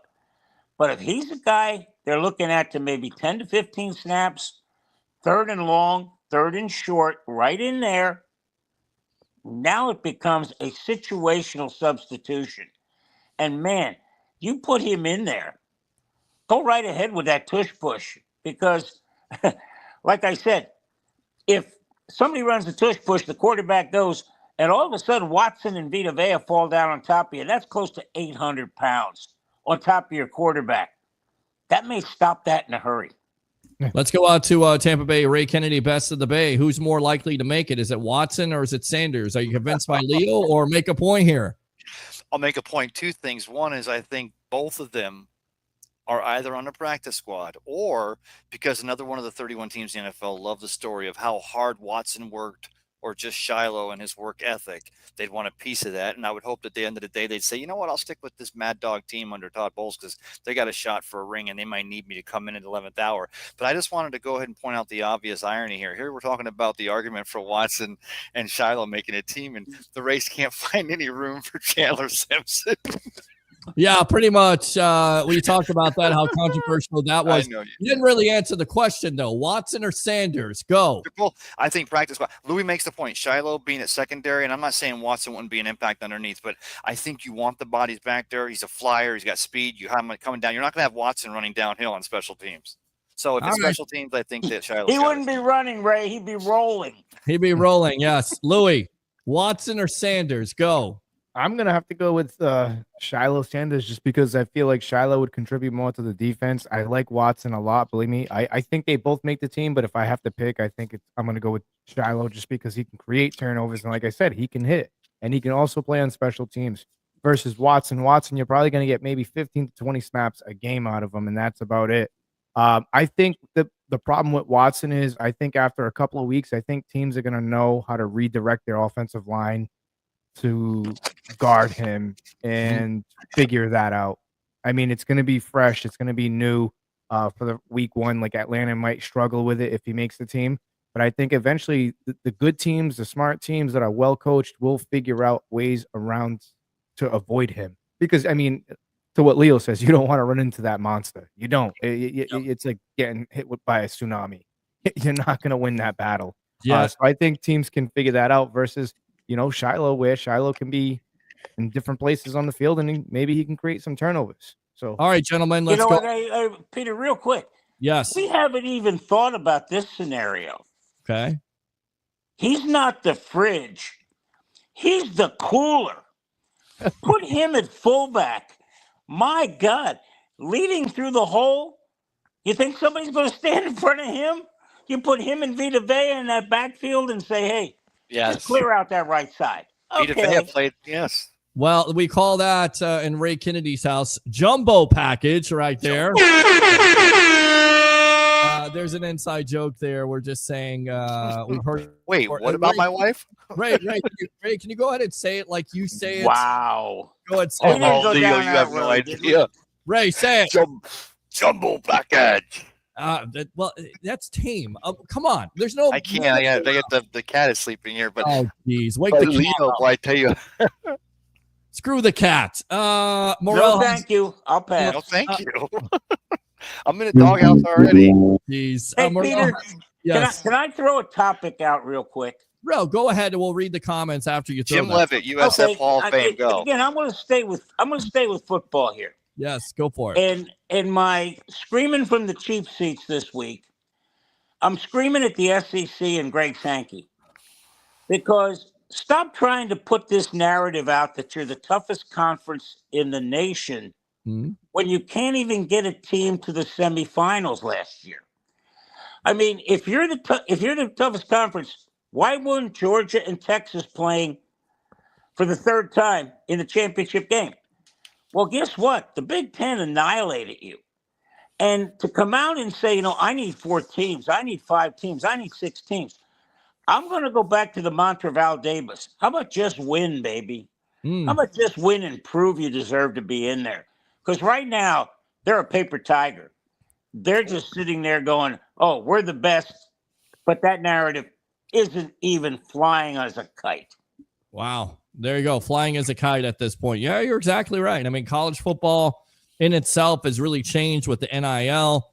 Everybody always talks about the SEC. It certainly seems like they have chinks in their armor, but you always have Georgia. You always have Alabama. Ohio State was the team that was hot last year, and they got hot. I got to ask you, what do you think about them expanding the playoff criteria? I mean, this is playoffs. Yes, playoffs. Yes, Ray, Leo, and Louie. What do you think about them expanding the playoffs? And really, is this to a surprise to anyone? Because at the end of the day, it's about giving those teams the opportunity. But really, what it comes down to is money. Is this going to be watered down, in your opinion, Leo? Of course it's watered down. But I'll tell you what, guys, it's going to 24. Wow. Get ready for that. That's coming down the road. because they saw what they can do on campus games. Dear God, they exploded. I'd like to see it settle quickly. Or if you're going to expand it from there, you got to start paying players. Yeah. Because NIL, you talk all you want to. This is like overtime. You know, I've done my 12 games. I met the 13. Now I'm going to do this. Wait a second. This is crazy. I'll tell you what the rumor in the community is, guys. And Louie and Ray and Peter, I'm wondering if you heard the same thing. Coaches are complaining that high school kids are demanding to sign $20,000 a month before they get to campus. Wow. $20K from the time they commit to the time they walk onto campus and that NIL comes in. And again, I don't feel sorry for the NCAA. When the O'Bannon case came down, the fact that no one up there said, hey, guys, we better start coming up with a plan. And you know what their plan was? Congress will take care of it. Yeah, right. Big mistake. I talked to some guys from the Fellowship of Christian Athletes the other day. I'll tell you what, Ray, hold that thought because I know you want to talk about it. But let's go out to the phone lines here. Let's go out to Abraham. You're on with the evolution of Sports Talk Television. You got Leo Haggerty, the legend, of course, Best of the Bay, Tampa Bay, Ray Kennedy, and Mr. Louie from the Frozen Pirate podcast. What's on your mind? Yeah, so I heard, I think Leo started talking about Shilo again. I'm like, oh, here. That's my guy. Right. Yeah, so, yeah, I know Ray knows about it. But, yeah, so I think he does have a legitimate point because Josh Hayes is not a great special teamer. Kendall Vildor. Can we all put out there Josh Hayes is not a very good cornerback overall? I'd rather have Isaac. Nothing against the kid, but I'd rather have Isaac Hayes. Okay? I'd rather have that. Yeah. I'm just like Kendall Vildor. Yes, I mean you can put him. You can probably. I don't know if you want to keep him on the 53 man, but we can always bring him up. But you always want a hard hitter, right? Because I remember during the time of Lynch and Sepp, there was a nastiness. Even with Ndamuk and Sue, there was the team defense had a nastiness. The team had a nastiness. You can even come from special teams. I don't care where it comes from, but he was deemed as one of the dirtiest players in college football. Shilo when he was one of the hardest hit safeties. Right. So you need that nastiness back on the team, and I just think that he can contribute to the team as a special teams. I know that he needs to work on a lot of his technique, but that's like reactionary technique. But that's only if you got good coaching. You only get that from good coaching, and that can be something learned. But he has all the other attributes you have an athlete. I mean, you cannot compare him to Dion, but that's a different. Dion is a world-class athlete. You know, he's world-class speed. Sure. But this is a different kind of skill set he brings. And I don't see a lot of these old school kind of, players anymore. Like that old school Ted Hendricks or some of this nastiness you saw in some like the Raiders back in the day, and even Bucs back in the day. John Lynch. John Lynch, Ronnie Lott, back to the old school. And the reason why you don't have a lot of safeties like that these days is because of the rules and kind of the safety of the league is kind of neutered, if you will. That's a good analogy, Peter. I like that. I like how you use that. Players like Vontaze Burfict, you just don't have them anymore. No, you just don't. And he can hit. He's got the smarts. He'll have an opportunity, I think. I still think Watson, in the grand scheme of things, may have the better opportunity to make this team, but they may both. They may both at the end of the day. If one can play special teams and one can't, then, of course, that's an advantage to Sanders. Anything else, Abraham?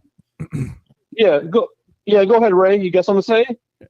Ray, you got something to say? Tristan, my son was driving. They were driving over yesterday. They went and saw a ship over in Tampa, and they were driving by Channelside, and they saw Shilo in a small group walking around. And he said he looked like he was having a great time. And of course, he saw on the Buccaneers.com, he has that video, and the weekend in Tampa. And I love it as a narrative.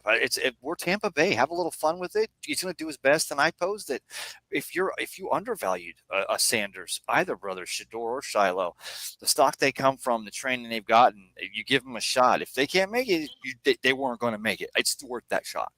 It is worth that shot. All right, Louie, you wanted to say something, and Abraham will let you go. Go ahead, Louie. Go ahead. This is the reason why I like Shilo a lot, just because, again, I feel like he's trying to be a part of the community for the Tampa Bay Buccaneers. He really is. You see him out there in Tampa. He has those videos out. Even on his YouTube channel, he's walking around Tampa, trying restaurants, trying things. He's trying to be a part of the community. And that just shows me maturity, and that just shows me he is a complete opposite of the circus that is the Sanders family. He's just trying to make his own footpath with the Tampa Bay Buccaneers. And like I said, how can you not root for the kid? I hope he makes the team. I think he's definitely going to make the team because, again, he's trying to be part of the community. He's trying to see what Tampa Bay is all about. And like I said, I think his play will speak for itself on the field. You know what, Louie? I agree with you. He's going to make a team. I just hope it's in Tampa. All right. Good stuff. End up somewhere. Yep. Abraham, thanks a lot for the call, man. We appreciate you. No problem. All right. Good stuff there from Abraham. Open phone line 727-255-0391. It's 727-255-0391. We'll continue to read these comments. Some funny stuff here. Morel has zero trade value, maybe a dozen donuts. What kind of donuts at this point? Is it chocolate glazed? I don't know. But Morel has been terrible. What's good, everyone? Joe Sway. Link, again, the Rays Rewind podcast. Maddox would throw 85 to 95 pitches in the complete game. The buzz is that Skeens could be traded to the Cubs. We'll see. Umpires have been so inconsistent this season. What constitutes a good and bad umpire referee? You all think this stuff is easy to do. I challenge you all to call a 9-inning game just as perfect than the professionals. That is fair enough. But again, that is their job. Not saying it's your job. Not saying you miss strikes. I'm just saying a critical. And they ain't getting paid $20 a game. That's it. Can I ask a question, though? Go ahead. Serious question. No one's ever asked this question, or maybe it's been talked about a million times, never heard of it. If you go to the robo pitch, it's got the strike zone, you still have to have that guy there for the bang slide home out. Seeing a throw to different base when the second base umpire's covered, he's got to see that the tag was made. The umpire obviously doesn't stand right behind the catcher anymore. So what? You put him like back to one of the sides. You put him in like the batting or the batting circle. I mean, Leo, Ray, you hit the nail on the head right there. You got to keep the umpire behind the catcher. Now, how's this robo umpire going to work? Because all of a sudden, the guy's going to steal home. All of a sudden, there's a play in right field, and the second base umpire has to go out and make sure it's a catcher, not the third base umpire goes to second. The home plate umpire goes to third. He's got to be behind the catcher. I think they're creating more of a Pandora's box with this than anything. You know what? The guy misses a strike. Okay, he misses a strike. You had freaking 8 innings to get things done. He missed a strike in the 9th inning. If that's the only pitch he missed, God love him. He's done a great job. But the fact that they want to make this basically the Jetsons. I'm waiting for George Jetson to come out and Rosie to be the umpire. Just Rosie the robot. You got Optimus Prime and Megatron coming out as a exactly. Leo, let me ask you this: the fact the catchers are already getting the signal from the coach in the dugout, the managers, okay, strike, okay, change up. So really, your umpire will always.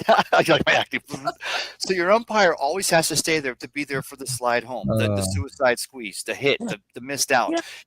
So he has to stay there. The umpire is going to do is he's going to wait for his reception. He's going to wait for the technology to say ball strike, and then he'll make his call based on that. So you'll still have the umpire behind home plate, I believe. I'm just thinking that what'll happen is instead of the umpire will just go strike 2, because we're already going to know because they've already shown on the board in the strike zone, which they do in almost every Major League Baseball. Ray, I agree with you on that. What drives me nuts is the umpire strike 1, strike 2, and then he goes into gyrations. If I was a player, that's when I'd go ballistic. I'd turn around and say, hey, what are you there, song and dance man back there? Just call it dang-on strike. That's all. Right. Don't sit there and make it look like a musical. Damn Yankees. Here we go. Boom, you're out. No. People aren't there to see that. They're there to see you just call strike 1, strike 2, strike 3. Get out of here. Earthquake in Charlotte there. It's like Leslie Nielsen there in Naked Good One doing exactly. That's it. All right, we'll continue to read some of these comments, and then we will finish up with football, I promise. Let's see. So he said, y'all will have a field day if news gets out that an umpire gets suspended for a bad call. you know what? That's why the umpire union keeps it under wraps. I don't. Peter, I'll tell you what. Let's deal with that right now. Yes. There have been umpires that have been suspended. They just don't do it publicly. They don't do it. All of a sudden, the guy misses 3 games. Mm-hmm. No one asks why he's missed 3 games. Right. But they know why. Okay? They're reviewing his performance. You know, that happens. Right. But they're not going to do it publicly. They're not going to come out because they don't want this to come out. Remember when the NBA referee came out and said, the NBA wants certain officials to do playoff games because they're in the pocket of the NBA. Tim Donaghy. Guys, you remember that? Yes. Oh, yeah. Yes. And he wrote a book too, no? Yes, he did. Yes. But Yeah, he wrote a book. here's the best one. Jeremy Schaap's dad, Dick Schaap, was doing an interview with Bobby Knight. And boy, you talk about crickets. When they asked Bobby Knight about shaving points, he said, I can't believe no one talks about getting to the easiest guy to fix a game, and that's the referees. Oh, man, did they go to commercial in a hurry? In a hurry. Guys, everybody should know about CCNY, City College of New York. City College of New York won the NCAA and the NIT in 1 year. It was undefeated, and they were shaving points. Didn't lose the game, and they're shaving points. Duh. Then they became the Harlem Globetrotters, but they're now the Savannah Bananas. Yeah. Savannah Bananas. All right. Hey, one more, Peter. One more, real quick. Yes. LSU Shreveport Division NA. I think they're NAIA. 59-0 in baseball this year. Won the NAIA championship. 59-0. Crazy. 59-0, and that's how we look at Mr. Leo Haggerty, the legend himself. 59-0 because he never misses on the sports web. Go ahead and promote yourself, man. We're bringing the left-hander now. Yeah, I'm getting ready to warm up.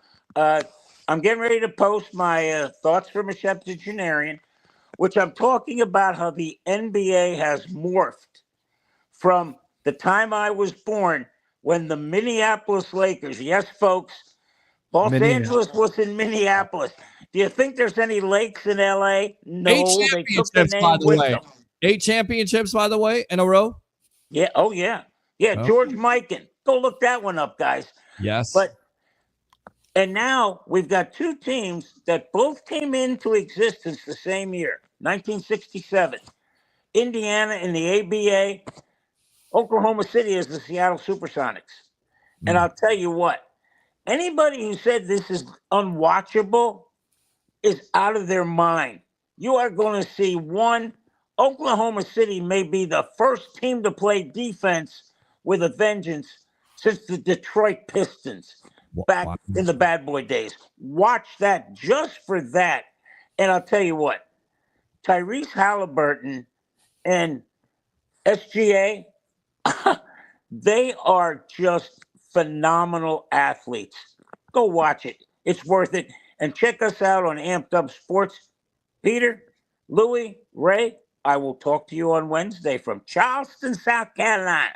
Leo, there's a comment for you. Right there. Where's the comment out for Leo? Where's Very it at? last one. Dave Ruff finished with a comment. Leo. All right. Sun Devil Dave right there. Leo, if you tell the umps to tone down the theatrics, then you need to tell all the prima donna home run hitters to stop staring and just standing at home plate. Just swing the bat and run to first. Well, here's the deal here, Sun Devil Dave.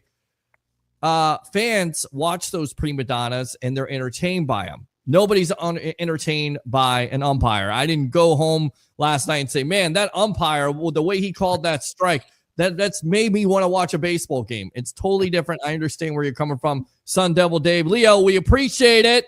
Hold on, Peter. I got to jump on that one real quick. Yes, I know you do. You know why that didn't happen back in the past?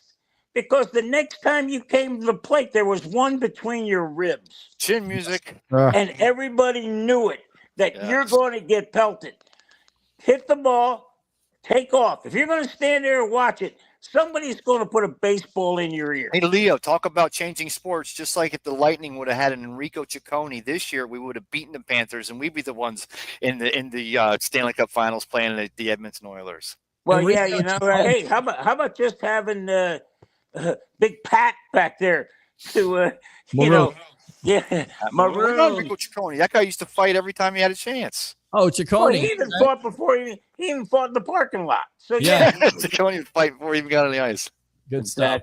Hey, guys, we'll talk to you Wednesday. Have a great evening. All right, good stuff there, Leo Haggerty. We'll go ahead. Book him, Dano. He's out of there. Good stuff. We got the 3 here. Yours truly, along with Best of the Base, Tampa Bay, Ray Kennedy. Mr.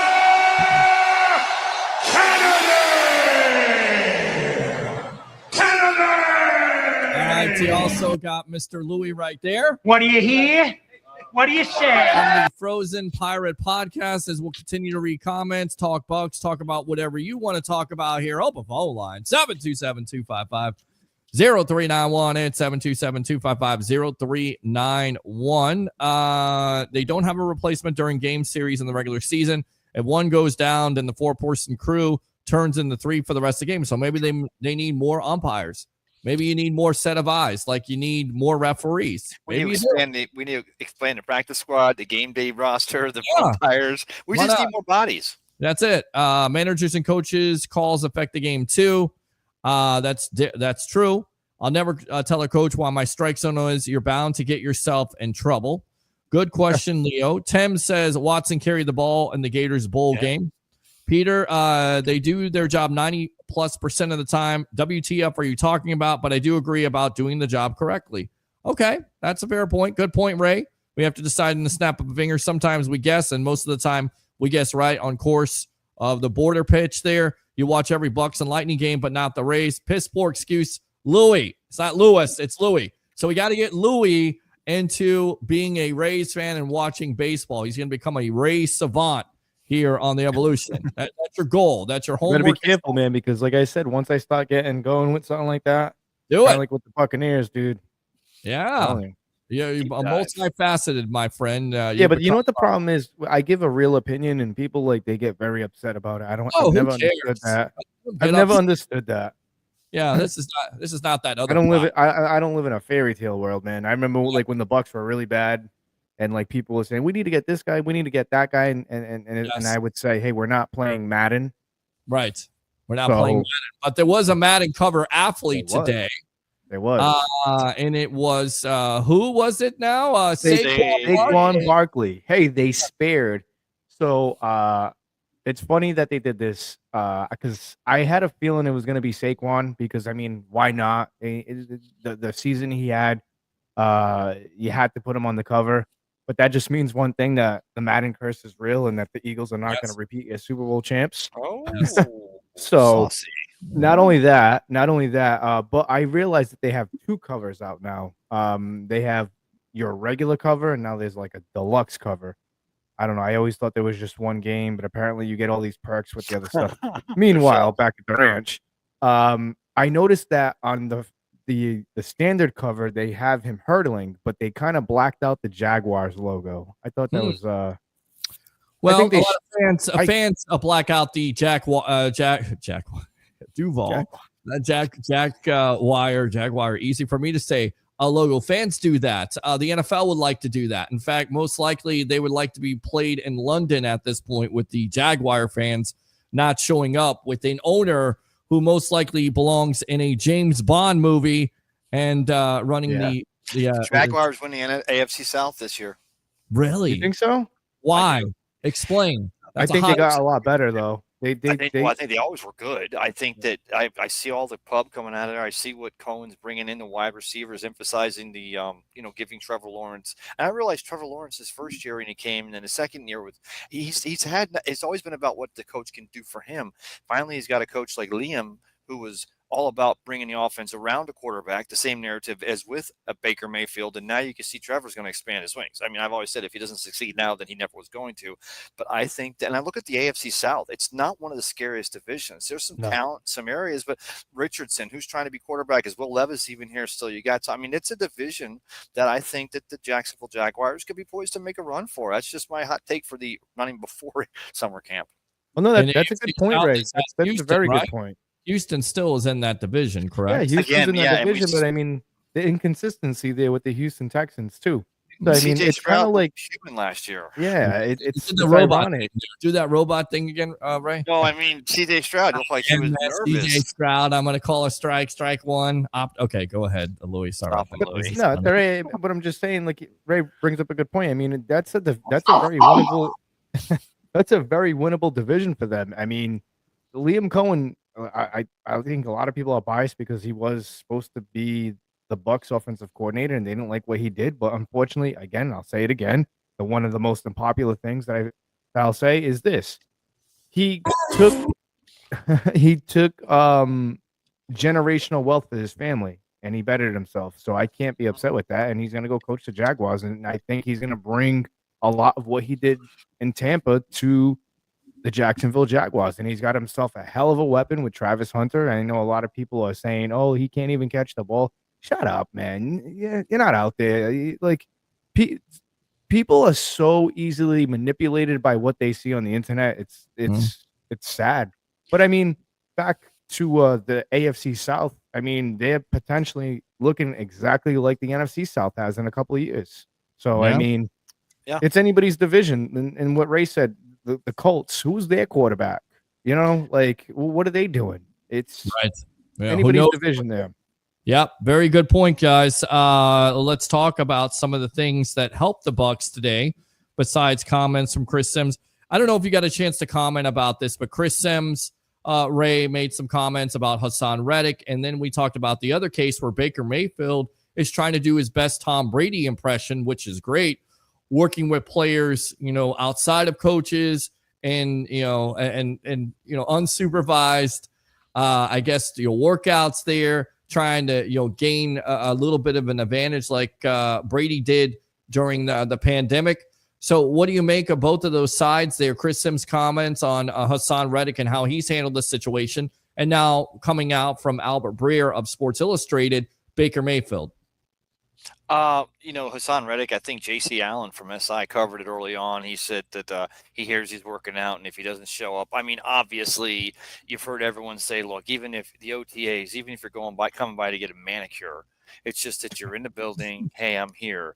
But I would pose that if it's a thing where he's going to come in on for required workouts, but he's bringing the boom. He's not going to be a distraction at his team. If he's smart, he comes into the locker room day one and says, hey, guys, I want the media to have this whole thing. It's not disrespect for you guys. Let them think I'm not committed. Let them think I'm, and I'm going to come out and have 19 and a half sacks in 2025. if that's the case, great. And as far as the Baker Mayfield thing, taking him under his wing stuff, I've always said this every time we hear of a quarterback. Oh, they took his lineman down to the Bahamas. He took his lineman to the Caymans. He took his lineman. We're Tampa Bay. People want to be here anyway. They got boats. They're chilling. Why wouldn't a Baker, just the up and above, which is the kind of upstanding citizen and quarterback that he is, why wouldn't you utilize it? Hey, how many of y'all are staying in Florida? No, we're going to go back to Wisconsin for the summer and milk cows. Of course, they're all going to be here. Get them together and have a good time. That's all. That's what the Jason Light brand is about, is that community and nobody in the locker room above somebody else. All right, let's go out to Sun Devil Dave here. I will watch Leo, but the NBA brass and Mr. Silver would have loved New York versus Minnesota. Of course, they would have liked New York versus LA, but it didn't happen. It's the two best teams in the NBA, and there's no doubt about that with Indiana and OKC. And Joe Sway says, I agree. Leo, I dislike umpires that do that. Bananas do. All right. I also wanted to comment on that because that was another thing that you skipped me on. Well, you got to call me out sometimes. I'm nah, it's your show. I'm not gonna do that. When you come on the Frozen Pirate podcast, it's unfiltered, buddy. That's different. You got to call me out. I don't care. No. Your co-host, your producer, got to call me out. Go, hey, wait a minute. I got something to say here. Well, here's my thing. Wait a minute. I got something to say here. Hold on. Wait. Oh, there it is. Oh no, I'm just joking. Wow, see that? That's how but we do, man. no, like the whole Hassan Reddick too. I'm gonna keep saying this. It's not a big deal. Yeah, I get it. The past, but newsflash, edge rusher is not a hard position to play. I mean, I couldn't play because I'm not big enough to play that position, but it's probably one of the easiest positions to play in the field. You have one job: rush the quarterback. Occasionally, you got to drop back into coverage here and there, but it's one job: rush the passer. Rush the passer. Versus where Baker Mayfield, I think Baker Mayfield does a lot of these things because, especially with the younger guys, because he's learned since last year. We saw early on he didn't have good chemistry with Jalen McMillan. If I'm wrong, speak your piece now. But they showed a little bit of flashes in the beginning of the season, but then you could tell there wasn't enough reps. So I think what Baker Mayfield's doing is getting to work with the offensive coordinator now because it's new, but it's not. It's different terminology, like he says. But I feel like he's learning from last year and in previous years where you got to get in here now, especially with a new receiver like Egbuka and Tej Johnson. Get the rhythm going with these guys now because in all reality, we don't know if Chris Godwin's going to be healthy week 1. That's still a big question mark there. So you have to get as many reps because I feel like we're going to see a lot of Egbuka early on in the season. And if that's the case, I mean, and another thing too, we haven't really talked about on the show is the positioning battle going into training camp. Like, who's going to be wide receiver 3? Is it Egbuka or is it going to be Jalen McMillan? Don't steal my thunder now, my friend, because you know I was going to mention that because I put it out there.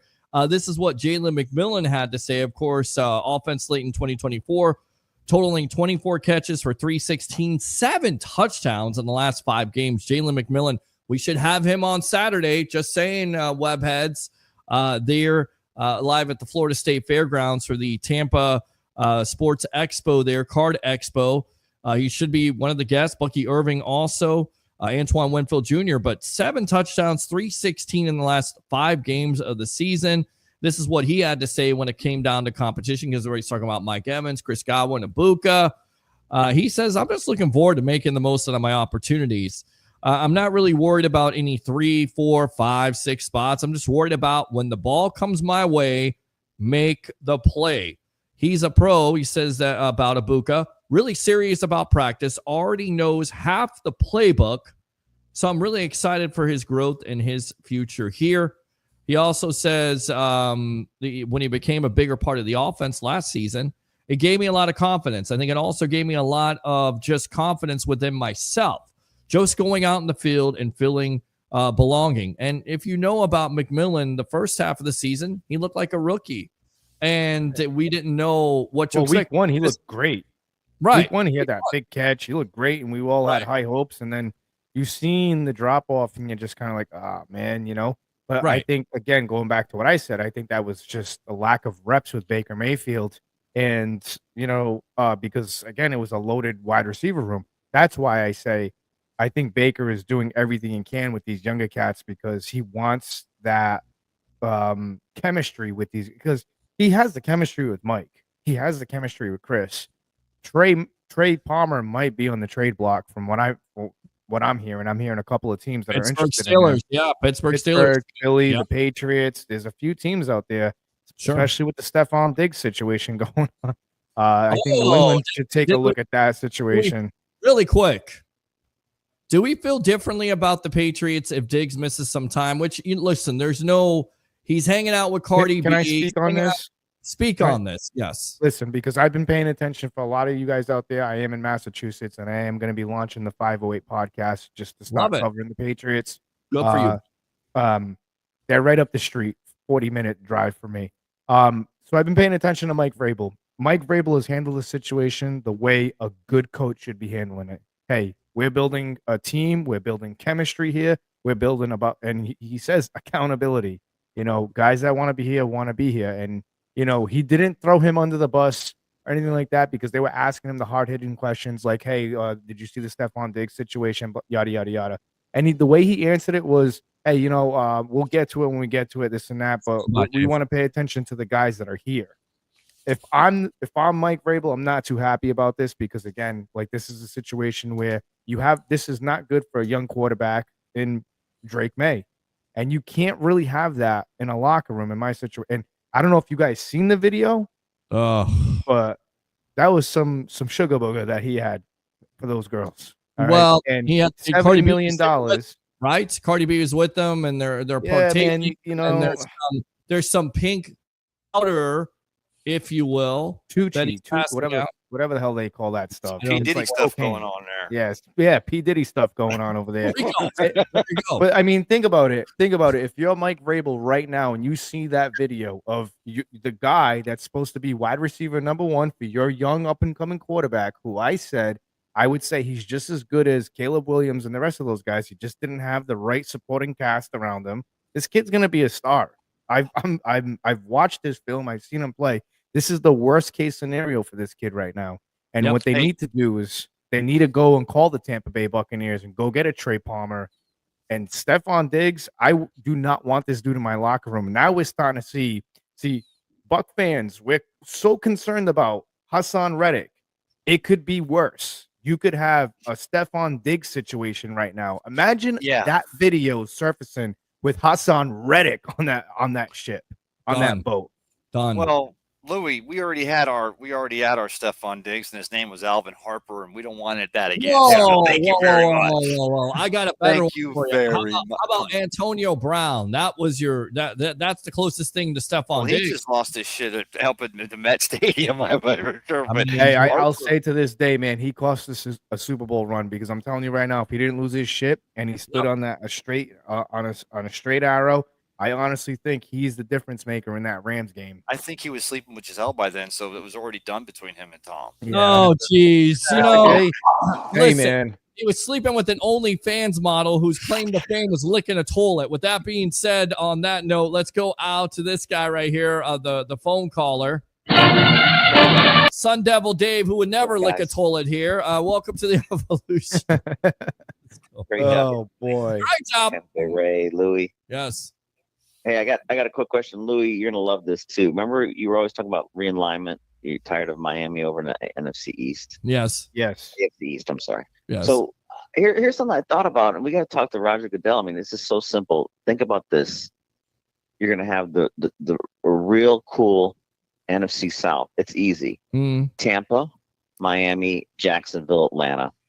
You move Carolina to the AFC East and New Orleans to AFC South. I don't like that. I don't like. Why not? I don't like You know the how much movement fun it would be to watch those AFC. games going Peter, back? I noticed you don't like change whatsoever. I do not like this is up my alley. Look, they need to fix I it. do You don't have not to travel want that this much. It's change. everything in state. Oh, that's No, no. man. I think that's the way it should be. I think that's the way it should be. The Dolphins, the Jaguars, and the Buccaneers should be in the same division. That is That'd be the so South. awesome.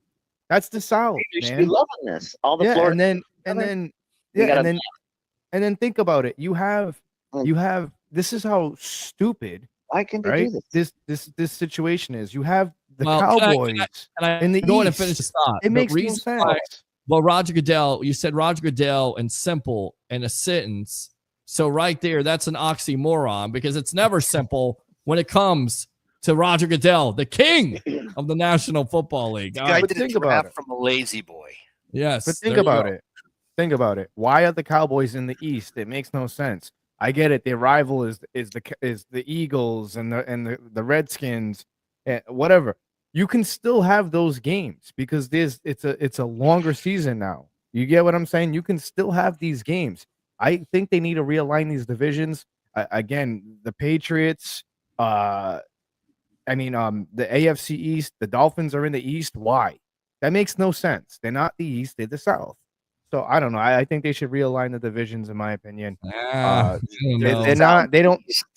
I don't want to change it. Damn it! I like the rivalries there. I like You the, can the still Dolphins. have those rivalries though, because you have to play your division. Miami and Tampa No, and Jacksonville. I don't want to every compete year. with Dolphin That'd be and awesome. Jaguar fans, Jack Why off not? fans. I don't want to That'd be compete. Why? We'd crush it. Going up to Gainesville, Jacksonville, with all those. Well, I'll give you this, Dave. As for better or worse, one of the narratives with football going back to going back to the beginning of time, as far as the league's concerned, is the anti-weather games, right, where you're playing in the frozen tundra of Wisconsin, or you're playing Nice. in the heat of Miami and such. So Good that job. is Good a John narrative. Fusenda, by the way. That was good. Go ahead. Yeah.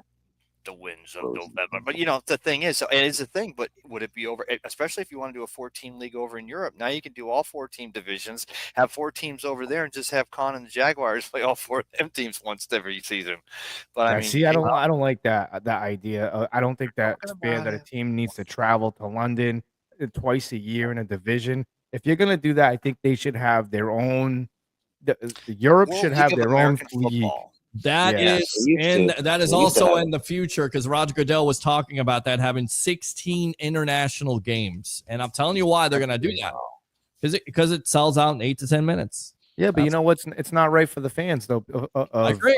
It's not right for the fans because you pay a certain amount, a premium for season tickets, and now you're getting shafted one game. I think the NFL should not only shaft you the game. Well, the NFL should not only not charge you, that you don't get charged for that game, obviously, but they should pay you for one of your games. They should say, okay, you're a season ticket holder. We're playing 17 games. 9 of them are home because we got the extra NFC game. But one of the games is on us, as well as the one game that's going to be a home game, but we're playing over there. I think that would make it more palatable because you're right. At the end of the day, we've been having or ease up on the parking passes. Yeah, well, there you go. Or quit charging for preseason. All right, there you go. We'll cut the concessions down. Who doesn't want beer prices to go down a little bit? Let the Sports Web do a show from the parking lot from the What the Buck tailgate. What the Buck, man? Yeah, what the Buck?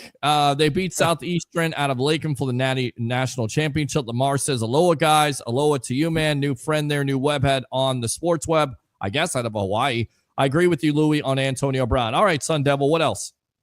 I'm just really looking forward to the trade show this weekend. Yes, the card show. Yes, absolutely. Or the card show. All the guests. Yes, we'll have get that together. Yes, I'm happy for that. I'll call you on Wednesday. I got to talk about my boy R-Truth. Actually, we should transition into that. We could transition. You want to stick around here, Tampa Bay Ray, for Turnbuckle Talk? I know I'm good. I know I'm good. No, I'm gonna listen, but I just don't. I can't. I'm wrestling with my wife right now, so we're gonna go wrestle. We're gonna wrestle. You're gonna wrestle. All right, talk about R-Truth. What are your thoughts on that? How surprised were you by that yesterday? I was gonna save it to Wednesday, but I mean, I'm disappointed. But then there's a lot of things we got to talk about with the new holdings group, and maybe the Rock had something to do with this as well, and it was Triple H. I mean, I'm not sure. I think they're saying that you're an old mid card guy. And you're done. I mean, you're just not going to be, because now they got so many NXT. They got the young up and comers. Sure. They have to make profit margin. So here's the thing: they're bringing in new talent. So Absolutely. So this is my thing about it. Like you have guys like. Let me ask you a question, Sun Devil Dave. Would you rather see Malachi Black or would you rather see Carlito? I enjoy watching Malachi Black. I mean, I still like Carlito. Carlito's, I think, more like that comedic kind of but on everyday programming, would you rather? I mean, Alistair Black. Would you rather see Alistair Black or Carlito? I would. I like Alistair Black. I think he just brings more to the table. There you go, and that's why guys like Carlito are going because they're bringing in new. I think I just like his mystique. I think he's more physical, more athletic. They can go with a lot of different storylines with him. Speaking of them, I would enjoy it. I mean, remember, I'm an older guy though, so I mean, I do enjoy like the old school guys. I don't really watch NXT that much at all. You got to go back, Dave. I promise you will not be disappointed. Ask Peter about this. You got to go back into NXT, the vault of NXT. Like, what are we thinking here, Peter? Maybe 2016, maybe 2015. Yeah. 2015 on, man. So the guys you're watching right now, like Sami Zayn and all that. And I keep telling people all the time, one of my favorite matches of all time was Bret Hart, Shawn Michaels Iron Man match. But I'm telling you, the match that I really, really prefer, like if I tell somebody, hey, if you want to become a fan, go watch Sami Zayn and Shinsuke Nakamura NXT first matchup of Shinsuke's debut. That was very good. But again, the reason why these older guys are getting cut, I mean, it's all right because they're gonna find work. They can either go to AEW, which I doubt. I think they're probably gonna go to TNA. That's a possibility. And WWE already works with TNA. They have a good working relationship together. So you'll probably see R-Truth go to TNA. I wouldn't doubt it. You could do a lot of funny stuff there. like hey, what am I like? You know what I'm saying? Like because of his persona, his character. I think they can do a lot of funny stuff with him. But again, you're getting guys like Alistair Black. You're getting a few other people that are going to be coming in, and that's why you're going to start to see they're dumping the older talent. I don't think it's a plot by The Rock or Triple H. I just think that they know it's unfortunately You're it's gonna the get a guy nature. like Joe Henry. That's gonna because he just lost the Yeah. team championship to Trick Williams. Yeah. That's most likely going to be the That's your next guy that future. goes up the main roster. go. Yeah, that's your future. That's what All it right, comes down Sunday, to. what else? Well, I'll talk to you guys. That's it for tonight. But I'll say just on a side note, comments of Oklahoma's forfeits over. They just got eliminated. Okay. Can't get a full title. They won 4 in a row. And what do we say? What do we say at Policy Scout tomorrow? How do we end the day Goodbye and begin forever. the day? You like that's the new one. Goodbye forever. Goodbye forever, and thanks for wasting my Thank you for time. wasting my time. There you go. Good stuff. All right, I'll Sun see you guys Devil on Dave. Wednesday. Appreciate you. Good stuff there. Love that guy. Since we're on the topic here, Yes. Well, let's go into it. We're on Turnbuckle Talk here. Yeah. Of course, R-Truth, 17 years in the business now released. Everybody thought it was kind of a joke or some type of storyline. It's not. Well, In fact- Carlito made his a joke, but then he was serious about his tweet, and then that's why. I mean, Right. because I kind of didn't believe it neither. I mean, I was just like, didn't either. this is clickbait. Yes. And then, sure as hell, man, he got released. All right, let's see here. Fightful Select notes that R-Truth being let go by WWE has been met with complete shock and disbelief, and top talent disagreeing completely with the decision. They also say he's already got a ton of interest from independent promotions the world over. Truth himself was caught off guard within WWE, called him to inform him his contract would not be renewed, says PW Insider. And to that end, they also say other WWE stars are rethinking their own contracts with the company as they believe things are more unstable than they realize and want to get out ahead of any pending contract expiration dates. This is interesting. I don't buy that. Well, now listen. I get overly excited about this stuff. Well, yes, but Gunther on X has eliminated all of WWE's content. The Miz, who used to be associated with R-Truth, unfollowed WWE. Could we see like a locker room rebelling, if you will, against TKO? Not just Triple H, but this is crazy. Like Gunther, Miz. I mean, Miz has been around forever. A lot of people say Miz should be the one that's released. And of course, he had association with R-Truth. And R-Truth right now was in a storyline with John Cena on Saturday Night Main Event. One of the top storylines, and he's gone from the company. This makes no sense. I get the age. I think unfortunately it just comes down to ageism. I just think that in all reality, again, I'm going to ask the question: who would you rather see, Karrion Kross, or would you rather see R-Truth every week? Would you rather see, the problem right now? I think that WWE has is they have an AEW problem, unfortunately, and there's too much talent again. There's way too much talent again. And this goes back to what I was saying, Peter, was it's bloated because there's too many pay-per-views, number one, and there's too many storylines that don't make any sense. They need to get more organized. Like a lot of people the draft is stupid. No, they need to do the draft, and they need to do it the right way, and they need to implement it the right way because there's too much talent going around. They need to stop either, letting go of some of this talent, or they need to rotate, if you will. Let's use a football term, rotate, because if you want to keep everybody healthy, I feel like having a rotation of have Charlotte on TV for 6 months out of the year, and then or 6 to 7 months, and throw somebody else into the mix. There's too many people from NXT getting called up that I don't think they should be called up. I think everything, like we were saying about Saturday night's main event, it feels like everything in WWE is rush. Let's get new talent out there on the TV. And then a lot of people are sitting. unfortunately. And I'm going to go ahead and say it. I think guys like Karrion Kross, Malachi Black, those type of guys are going to get lost in the shuffle again at WWE. Let's talk about Karrion Kross. This guy is so over right now, and he's not even being pushed. He had to tell them, hey, and I bought his shirt. I supported him. He had to tell them, hey, you know, there's people asking me for merchandise. Where's my merchandise? All right, we'll have it at the next show.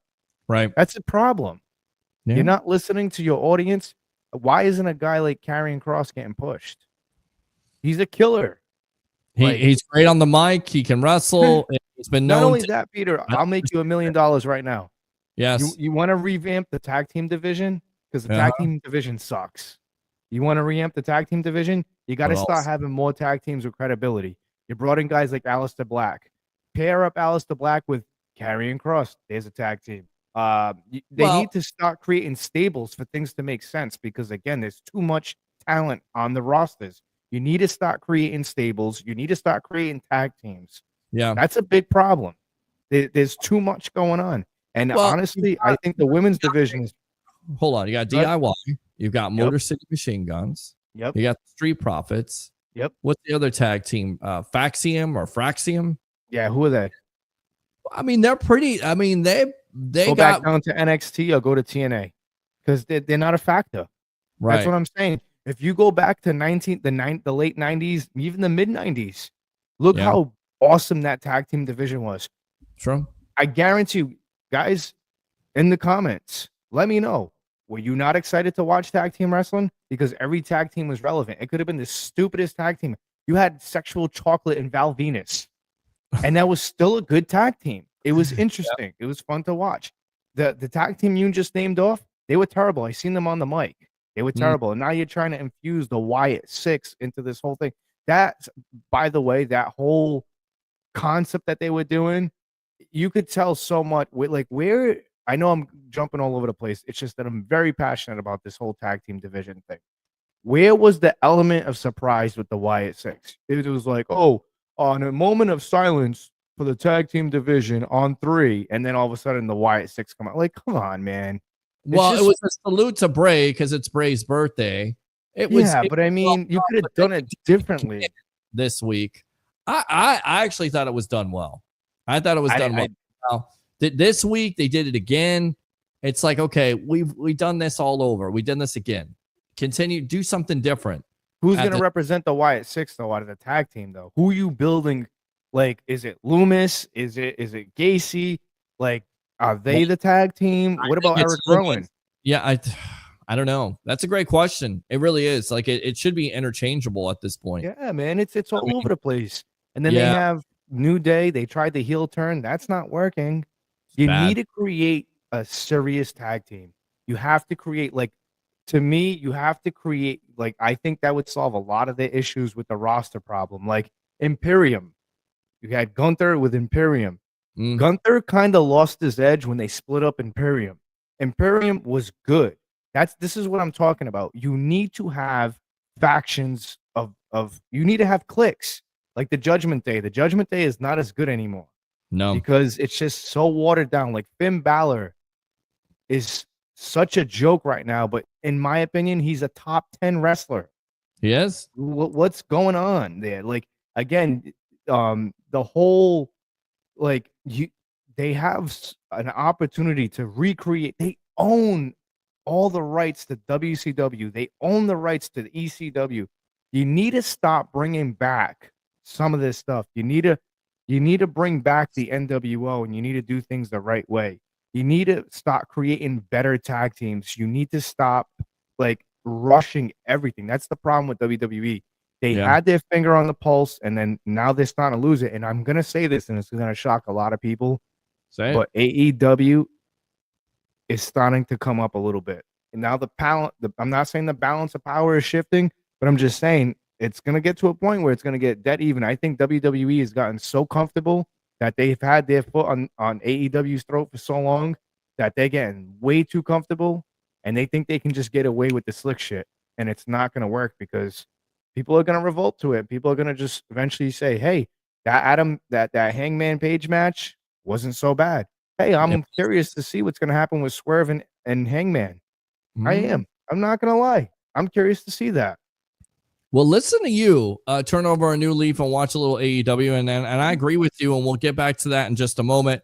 Let's go out to Joe Sway. He says, Louie, when do you go live on your podcast? Thursday night, 7:30, right here. Same channel, same bat time, same bat channel or spider channel, if you will. Javon Evans will be up soon. Absolutely. Free Diddy. I don't know why he said that. Only He belongs right where he is. Only American people like American football. Just leave it here for y'all to enjoy. That's not true because, again, it sells out in 8 to 10 minutes, or we wouldn't even be having this conversation. Make each team play a neutral game since it's an odd number of games. Good point, Joe Sway. Yeah. All right, let's move on here. Continue with Turnbuckle Talk. Cora Jade now, Elena Black, which she's very attractive. I'll just put it out there. No longer with WWE. Had our talk to our guy who we got on this show before, Ariel Helwani, and she was talking about she had a gut feeling started last November when Helwani asked her why she wanted. Yeah, exactly. I need a drink here. Reminded us all the time she was coming back from a knee surgery, sidelined her for most of the year. She says, coming back from a knee injury was crazy. I never experienced anything like that. I didn't play sports before wrestling, so I never had a major injury that I had to come back from. Even just getting a month after that, feeling I was in a good place. I had a conversation with everybody who I won't name, but someone I kind of feel like I would have a better experience there if it wasn't for not Shawn Michaels or Hunter, Triple H, or anybody. I can't praise them enough, but there was a conversation with somebody where I was like, okay, this is probably going to be weird in a few months, and it was. She also spoke highly of the company throughout her interview. I was there every day. I was cleaning up the locker room with Roxanne Perez after the shows because we're from indie wrestling, and that's what you do. Until the day I was gone, that's just what you do. You can always look at it and think what you can do different, but at the end of the day, I feel comfortable in the fact that I got so much stuff with the best friend and so many of my best friends, and I feel confident that I stood up for my morals and things I spoke up about maybe other people wouldn't have. She also said, I'll say this because I did it. I did put it out there. The body shaming stuff, I don't want this to be a bash WWE because it was my dream. It still is my dream. I have no doubt maybe one day in the near future I'll be there again, but it is what it is. I definitely think things could have went differently. If it wasn't for certain things like the body shaming thing, I came in at 19 years old. I was 110 pounds, so small. It was constant comments, whether it was guys who think they're being funny, or I'm not going to name names, but I remember specifically being told that I wasn't and wouldn't be a champion in that company because I looked like I couldn't crack an egg. Multiple conversations about my body. I don't think anyone, especially a man, should be saying that to a female, especially because I was so young. It created a lot of issues for me body-wise. I gained so much muscle after that. I worked my ass off. She also has this to say. Well, it motivated her. Well, yeah, I motivated her. And then 2023, from pregnancy complications, she nearly died. I honestly never talked about this because it's a personal thing, but I feel like I want to say it's because you only knew what I was going through. You realize what I was dealing with back then. In January of 2023, very late January, I was supposed to wrestle Lia Valkyrie on TV on a Tuesday. Long story short, I ended up in an emergency surgery in the hospital the night before, literally almost passed and bled out. I had a ectopic, I don't think I'm pronouncing this correctly, ectopic pregnancy that had failed and had exploded, causing internal bleeding. That's what Cora Jade. And of course, now she's also going to she's going to have an OnlyFans also. She's putting that out there. So there you go. Elena Black talking about most likely going to AEW. She was saying she's interested in AEW. I mean, that's where you could see her going, especially with Mariah May. Looks like she's gone from the company at this point. Yeah. Somebody said she was on Evolve. Is somebody trolling? I heard something. I heard something about that. I did hear something about that. I'm not 100% sure. I'm going to check right now if she did go to Evolve because I thought somebody was trolling. Well, speaking of the women of AEW, another thing that I'm actually intrigued on seeing Although I will say this, she needs to stop talking, and somebody needs to tell Sasha Banks or Mercedes Monet that she needs to stop. Like when she says, "Hey, I'm Mercedes Monet," stop talking like she does this thing where she's like Monet, like she does that thing. It's so cringy. But I know. Anyway, And her cutting segments and promos, it's just, I don't know what it is. It's just off. It was great in WWE and AEW. It's not there. Mariah May, by the way, nothing official, but they're saying that according to the ringreport.com, former AEW star Mariah May is expected to debut in WWE imminently. So I don't know if she was on tonight. I know Monday Night Raw is going on as I'm almost. She ought to be in NXT though. Again, that's a big problem that they make over there. I think she's main roster. I do. I think she's so? that good. Yeah. Tiffany Stratton. I think she could go against Tiffany Stratton. I do. I like her. So I think she honestly, I'm gonna say something that's unpopular, but before I do, going back to everyone's gonna be like, man, he flip-flopped. He's AEW now. No, it's not that. It's just I call it how I see it. Right. But back to the another thing that I'm intrigued with AEW about now is Mercedes Monet and Timeless Tony Storm. Curious to see, because I'm not gonna lie, Mercedes can work. Yeah, she's very good. She can work. I'm very curious to see where they go with Tony Storm and Mercedes Monet. I thought they could have done better with their promos against each other. I thought they could have done a little bit better. It was way too PG. But I will say this: out of all the women of wrestling right now, my favorite is Timeless Tony Storm. She is awesome. Some of the stuff I cannot repeat that she says on the show. But you know what I'm talking about. This poor you all adore. That's awesome. And I'm not going to say the other stuff. But she is, that's what I'm looking for. That's the stuff that I like. Like, just be yourself. Like, deep down inside, she's truly being herself. Yeah. But as far as the WWE women's division going, it's kind of lacking, man. It is. What happened to the Becky Lynches? What happened? I don't Trying know. too hard to be a heel. Yeah. Not working. Just No. back to being what you used to do. Go back. I don't know. It's off. It's all off. It's so off. It's all off. It's the Rock's Something's fault. going on with WWE right now. They're losing, Peter. They're losing their aura. They're losing their mystique because, again, and I'm not trying to rant here, but it's I thought we turned the corner here. Yeah. Thought we did. Well, I think you're on something and you know who agrees with you? Who's that? Bully Ray agrees with you. He said this on Busted Open After Dark after Will Ospreay, the main page or the man page, Hangman Page defeated him at 2-0. Attempts to get Page and blood rival Swerve Strickland to get along long enough to combat Moxley and the Death Riders. He had this to say. He said last week or week before, I said Dave LaGreca, I believe. Now it's the time for AEW. There's a little bit of lull going across the wrestling business. If AEW is going to strike again, if AEW is going to take steps forward, listen, they're not giving WWE competition. So get that out of your heads. But if they're going to get back to any of the semblance of what they were, now is the time. And I thought that was a really strong promo. And if I'm AEW, I'm isolating this moment in time and throwing it out on social media. I'm replaying it. I'm replaying Ospreay saying people are starting to believe in us again. And it's because of Hangman Adam Page. Create an entire package around that moment and tell the people who to believe in, because Will Ospreay did that for Adam Page tonight. Well, I will say this. Yes. AEW, again, people are going to be like, holy crap, what's going on with Louie? Nothing. Yes. I'm just being realistic. I think AEW can compete with WWE. Right now is the time to strike. And if it's me running AEW, like if I walked in the door tomorrow and Tony Khan asks me, all right, what's your input? What do we got to do? Well, we got to start off small. Well, what do you mean we got to start off small? We have to reestablish Ring of Honor.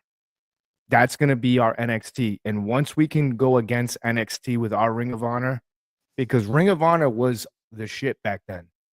Don't know what happened to it. I don't, but they need to reestablish that. That needs to be their NXT. NXT is where the development goes to, get to the main roster. Well, guess what? I think a lot of the AEW roster needs to go back to Ring of Honor. Not all of them, but a good amount of them. And you need to reestablish Ring of Honor. Like guys like Jericho wearing the titles and stuff from Ring of Honor, that needs to stop. Guys like Jericho need to go. They need to get out of there. AEW needs to have fresh faces, and they need to, because I will say this before I continue going on. When Vince McMahon was still there, he did something very smart that nobody picked up on. You remember when he let go of a bunch of people from WWE because the roster was bloated? He shipped off a bunch of people to AEW that he knew wouldn't work, and he caused their roster to get bloated. And look what happened. Now AEW's starting to trim the fat. AEW's starting to trim the roster. Now you're starting to see more of Ospreay, more of the true stars over there. Okay. But it has to start with your developmental, and it has to start with Ring of Honor. Reestablish Ring of Honor, really kick off Ring of Honor. And you're going to see those seeds that you plant, because now you're creating newer talent that you can infuse with the talent that you have now. But you're building something, because this is going to take time. This is not something that's going to take, 2 weeks, a month. This is going to take a year, 2 years to really establish, hey, we're the number one dominant wrestling company. Because right now, there's a lot of issues with WWE. And you know what? Thinking about it, maybe there's some undermining going on. Maybe a lot of people are not too happy with the TKO regime. And I'm going to tell you one thing right now. Maybe the coach and Vince Russo were right that there is some infighting going on between Triple H and The Rock. I'm going to tell you right now, you lose a guy like Gunther, you're screwed. Because you want to talk about remember the Monday Night Wars, guys showing up other places? If I don't think Gunther can. I think he's still in the contract. Yeah. But if that dude was to imagine right now if Gunther showed up on AEW TV as Walter, you know what type of shot that just fires? And I don't know whose contracts are going to be up with WWE this year. Maybe you can look into that. But I'm telling you right now, the balance of power is starting to shift, and WWE better take a good hard look at their net. What is it? All in or all out? I think it's all out that's coming up, right? I believe so. Yes. I wouldn't be surprised if that pay-per-view that AEW puts on is going to be better than what WWE has done all year. Well, their pay-per-views are always good. I mean, that's not the problem with AEW. It's the shows with Dynamite. Those are the ones that are lacking. Let me go back out to those notes, because I had some notes on Gunther. Let's see here. Stand by as I'm looking through my notes right now, because I had this here for a reason. Okay. So here we go. So again, we mentioned The Miz and Gunther have both removed all references to WWE from their X pages. The Miz even unfollowed the promotion's main account, which who knows what that means. We've seen athletes do that before, and you assume, and it doesn't happen that way. Gunther recently signed a new contract with WWE and has been consistently pushed on TV over the last few years. On top of that, he's currently booked the challenge Jey Uso for the World Heavyweight Championship on next week's WWE Raw, making it highly unlikely that he's leaving the company. Instead, Gunther clearing his timeline apart from a photo of his wife likely indicates his mentality heading into the title challenge. Again, you look too much into it, and maybe it's not a big deal after all. Maybe it's just him clearing it. Maybe it's just him playing a character. The situation surrounding The Miz is more curious. Like his former tag team partner, Truth, Miz is a tenured WWE performer who most often focuses on comedy. His last match was in early May, where he was defeated by Aleister Black on WWE SmackDown. But he has remained on screen as an ally to Carmelo Hayes in the week since. The past Friday on SmackDown, Miz accompanied Hayes to the ring for a men's Money in the Bank qualifying match, but was unable to help the young wrestler secure the win. The Miz was among the wrestlers who shared their public reaction following yesterday's announcement from R-Truth, with WWE deciding not to renew his expiring contract. So there you go. I mean, say whatever you want to about it. A lot of people would say, here we go, guys, but you can't get out of that contract. If you sign a new contract, you can't get out of it. And then The Miz, he may be released eventually. I figured that Rhodes was leaving WWE, but he was just taking a break to Hill. Yeah, they're not going to let him go. Yeah, they're not going to leave. He's the number one merch seller over there. He's making our company a lot of money. I wouldn't be surprised if they give him another fat contract. I'll tell you that. Of course. They don't let guys go like that. I'll tell you that. No, they do. They definitely do not, my friend. Right there, we'll wrap it up there. Give me some final thoughts here on Turnbuckle Talk on the evolution of Sports Talk Television, my friend. I mean, I don't know, man. I have another 5 or 10 minutes if you want to keep going. I mean, it's interesting times in professional wrestling. I'll tell you that. I mean, who would have thought I'd be sitting here, standing here saying AEW is intrigued me. I think maybe a lot of people say, oh, they got to go for the death blow. I wouldn't go for the death blow quite yet. I think that's what they tried to do too many times before, and it's backfired on them. I think they're getting a little bit smarter. I think I actually like seeing Nick and Nick Jackson and the other one there, the Young Bucks, not on TV so much anymore. Right. Maybe they're taking a different type of role. It's time to be executive vice presidents or whatever they are. EVPs. EVPs. I don't know. It's interesting what's going on with AEW. There's some matchups I'm interested in seeing. As long as they keep doing what they're doing right now and continue to build off that, I think they'll be fine. And WWE's got to figure it out, because it sounds like to me that there's some undermining going on over there.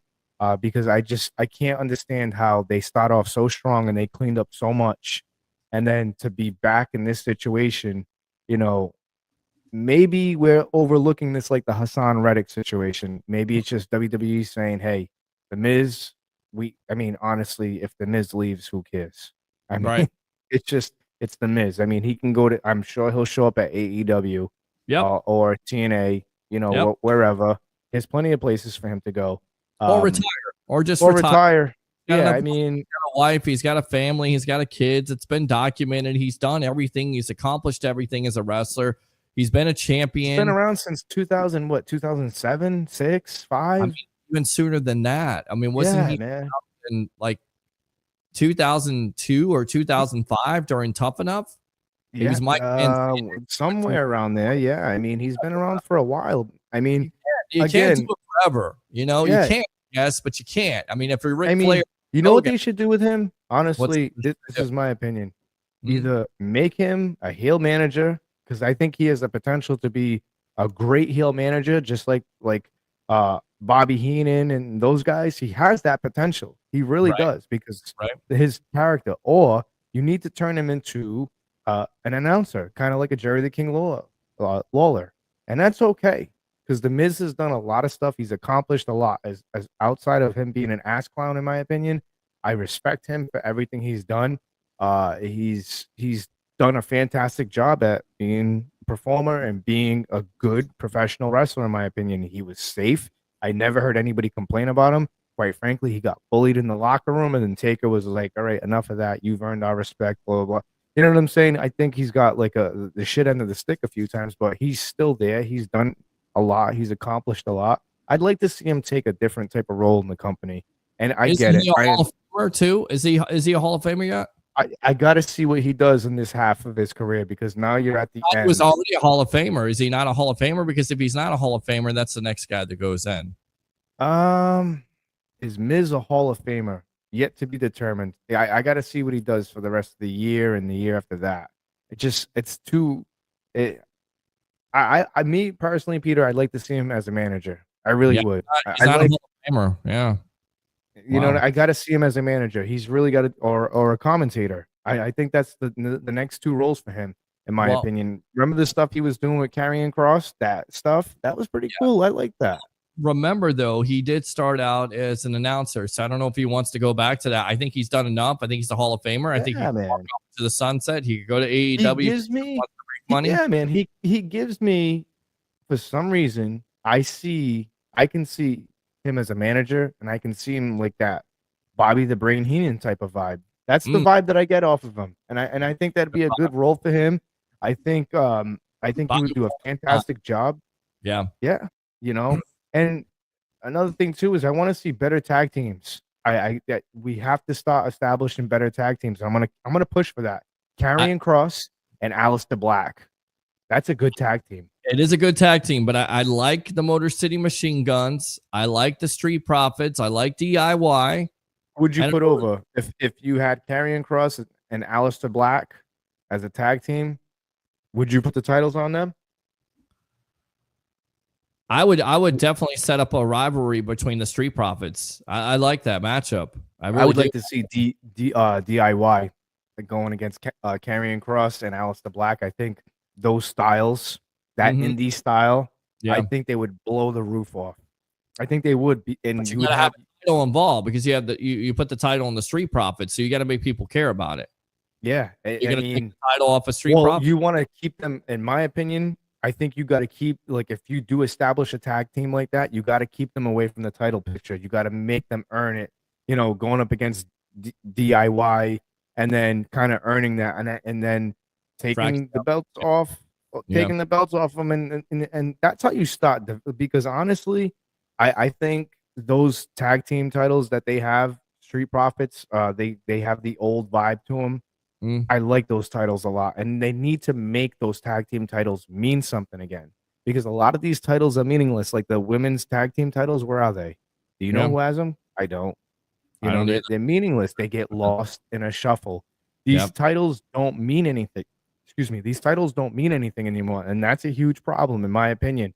I think you got to create new tag teams. You got to create stables, and the same thing goes for AEW. You really want to compete, you have to start cutting the fat, and you have to clean up. You have too many titles, and that's why a lot of the titles don't really mean anything. When they first unveiled the AEW title, I was like, holy shit, that's a nice title. And you had Bret the Hitman Hart showing off with the title.